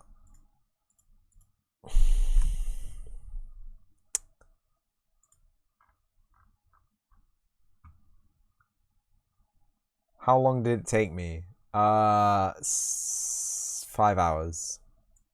It took me 5 hours. Doji is looking at me sideways like, oh, I could have done that in 5 hours in Blender.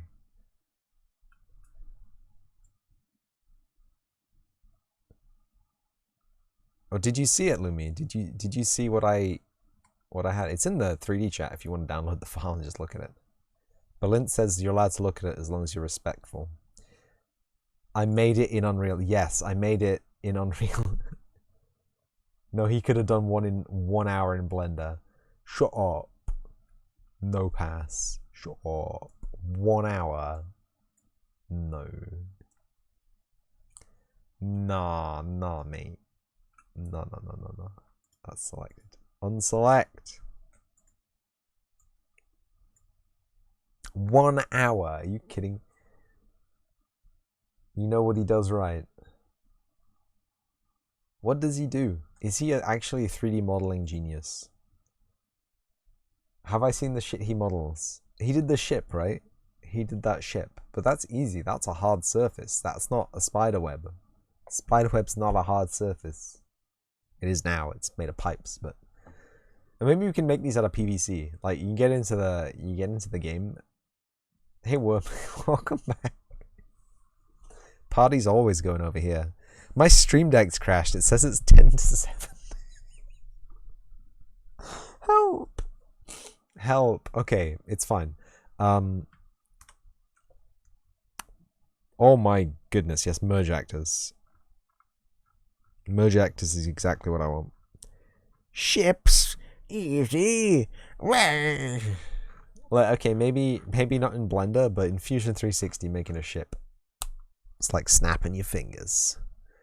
Generate light map V. Target light map resolution. Computed light map resolution. Pivot point at 0. That's fine. Wait.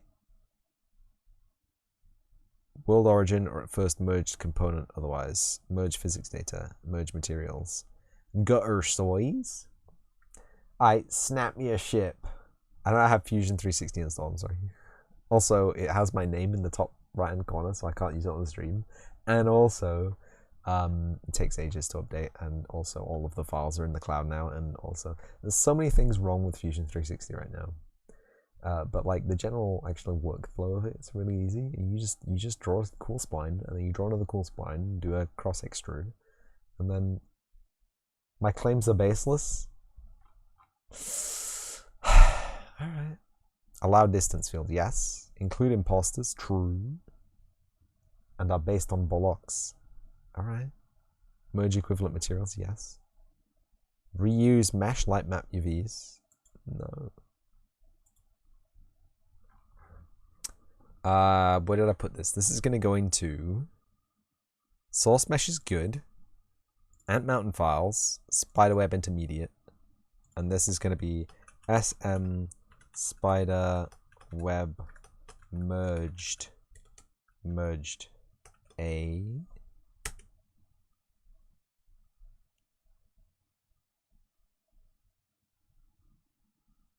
I don't like the look of the thumbnail. What is this? What is this? And these are all spline mesh tools. I deleted the floor as well. Oops.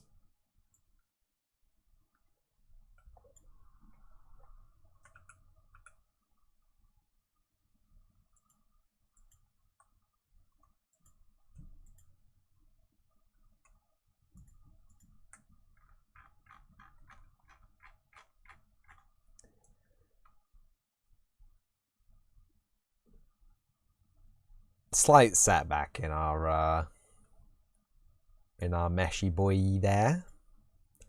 Let's try that again. Source mesh is good. Amount of files. Spiderweb intermediate. Spiderweb merged A. Yes.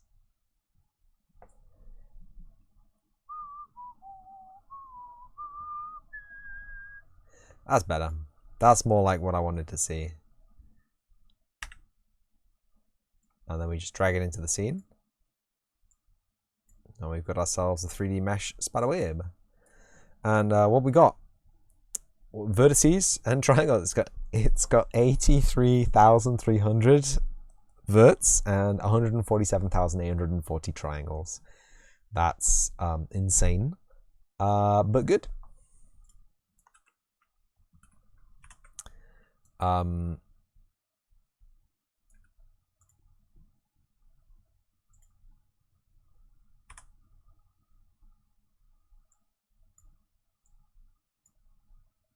Not that.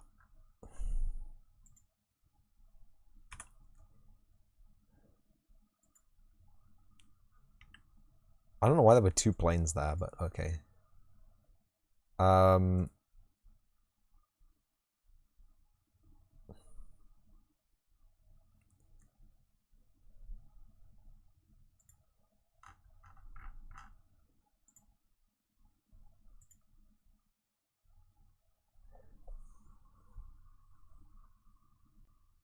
Can I, is that even legal?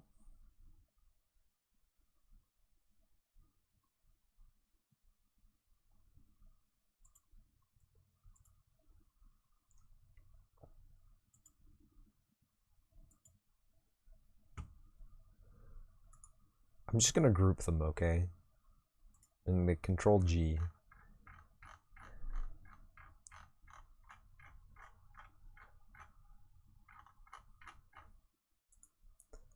And then I'm gonna move to create new folder, splines. And then there it is.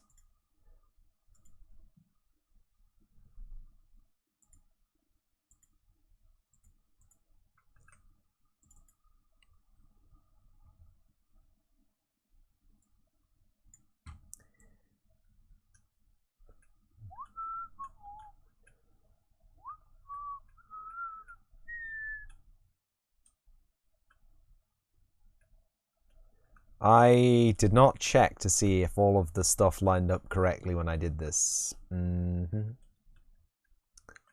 that's okay. It looks medium. It looks medium. It's definitely very medium. The folder has opened itself up again.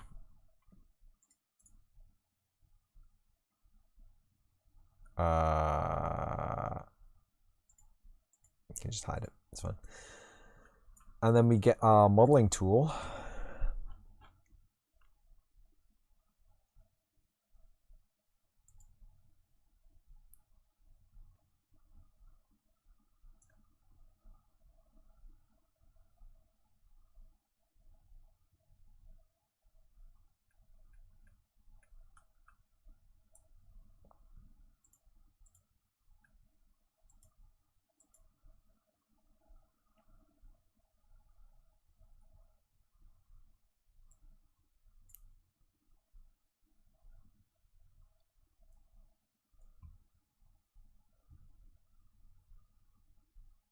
I know, what is it? It's almost 11 p.m. and I'm...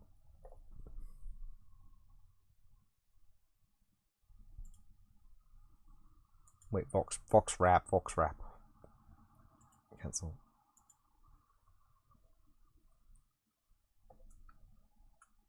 Tool doesn't allow creation of an empty mesh.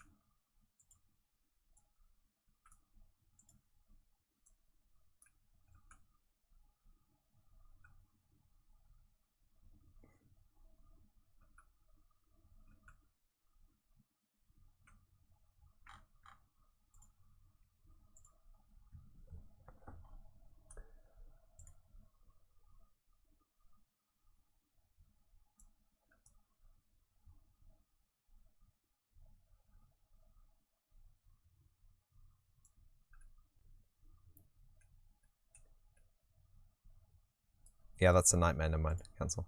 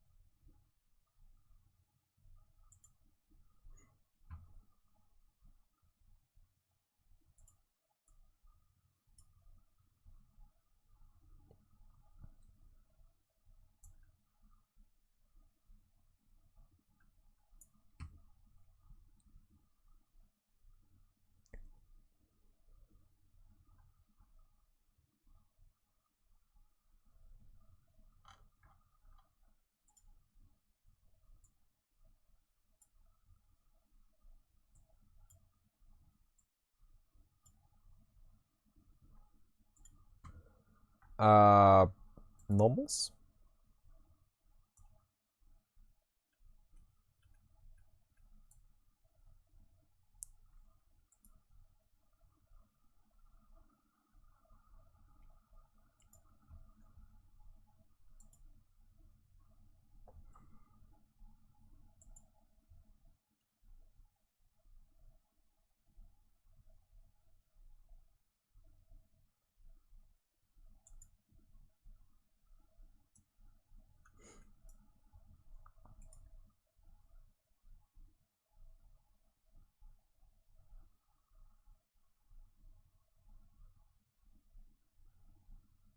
It's a very shiny mesh. Let's be real here.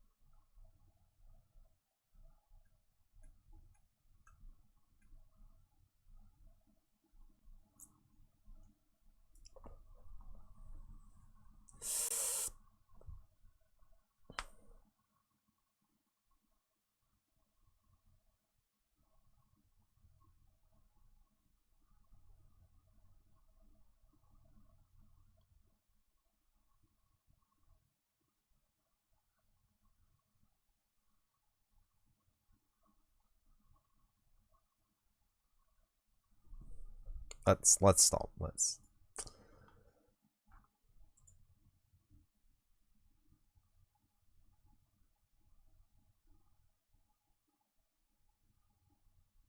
Let's crash the engine. It's fine.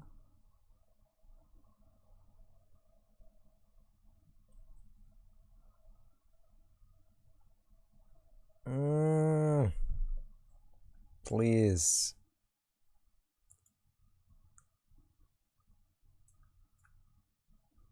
Ugh. Uh-oh. Somebody's live. Oh my goodness. Microscopy Monday. Identification of 30 million-year-old insects. Pond water and more. Samples hype Discord. TKF. Well, the engine really is having a hard time with this gargantuan. I can't even stop it. It's not crashed. Ah, it has crashed. No, never mind. It's gone. So I think that's as good a time as any to call it there. So thank you everyone for coming and watch the live video. If you came and watched the live video, thank you again. Scroll up. Masked Sound, Rex_Ed_music for the follows. Welcome to the channel. Hope you enjoy it here. And thank you, Big Gamey, for the raid, bringing people over to my people. It's always nice to see a friendly face pop in. And it is nice. It is actually genuinely nice. It's pretty cool that you came in like right at the start of the stream as well. So everyone got to witness the full nightmare. Thank you, Science Streams, for gifting tier 1 sub to Big Gamey and for the 21 bits. And as always, I will see you. Thank you for the Stop. Everyone stop. Deep breath. Thank you for watching the video on demand, if you came to watch the video on demand. And as always, I will see you in the next episode.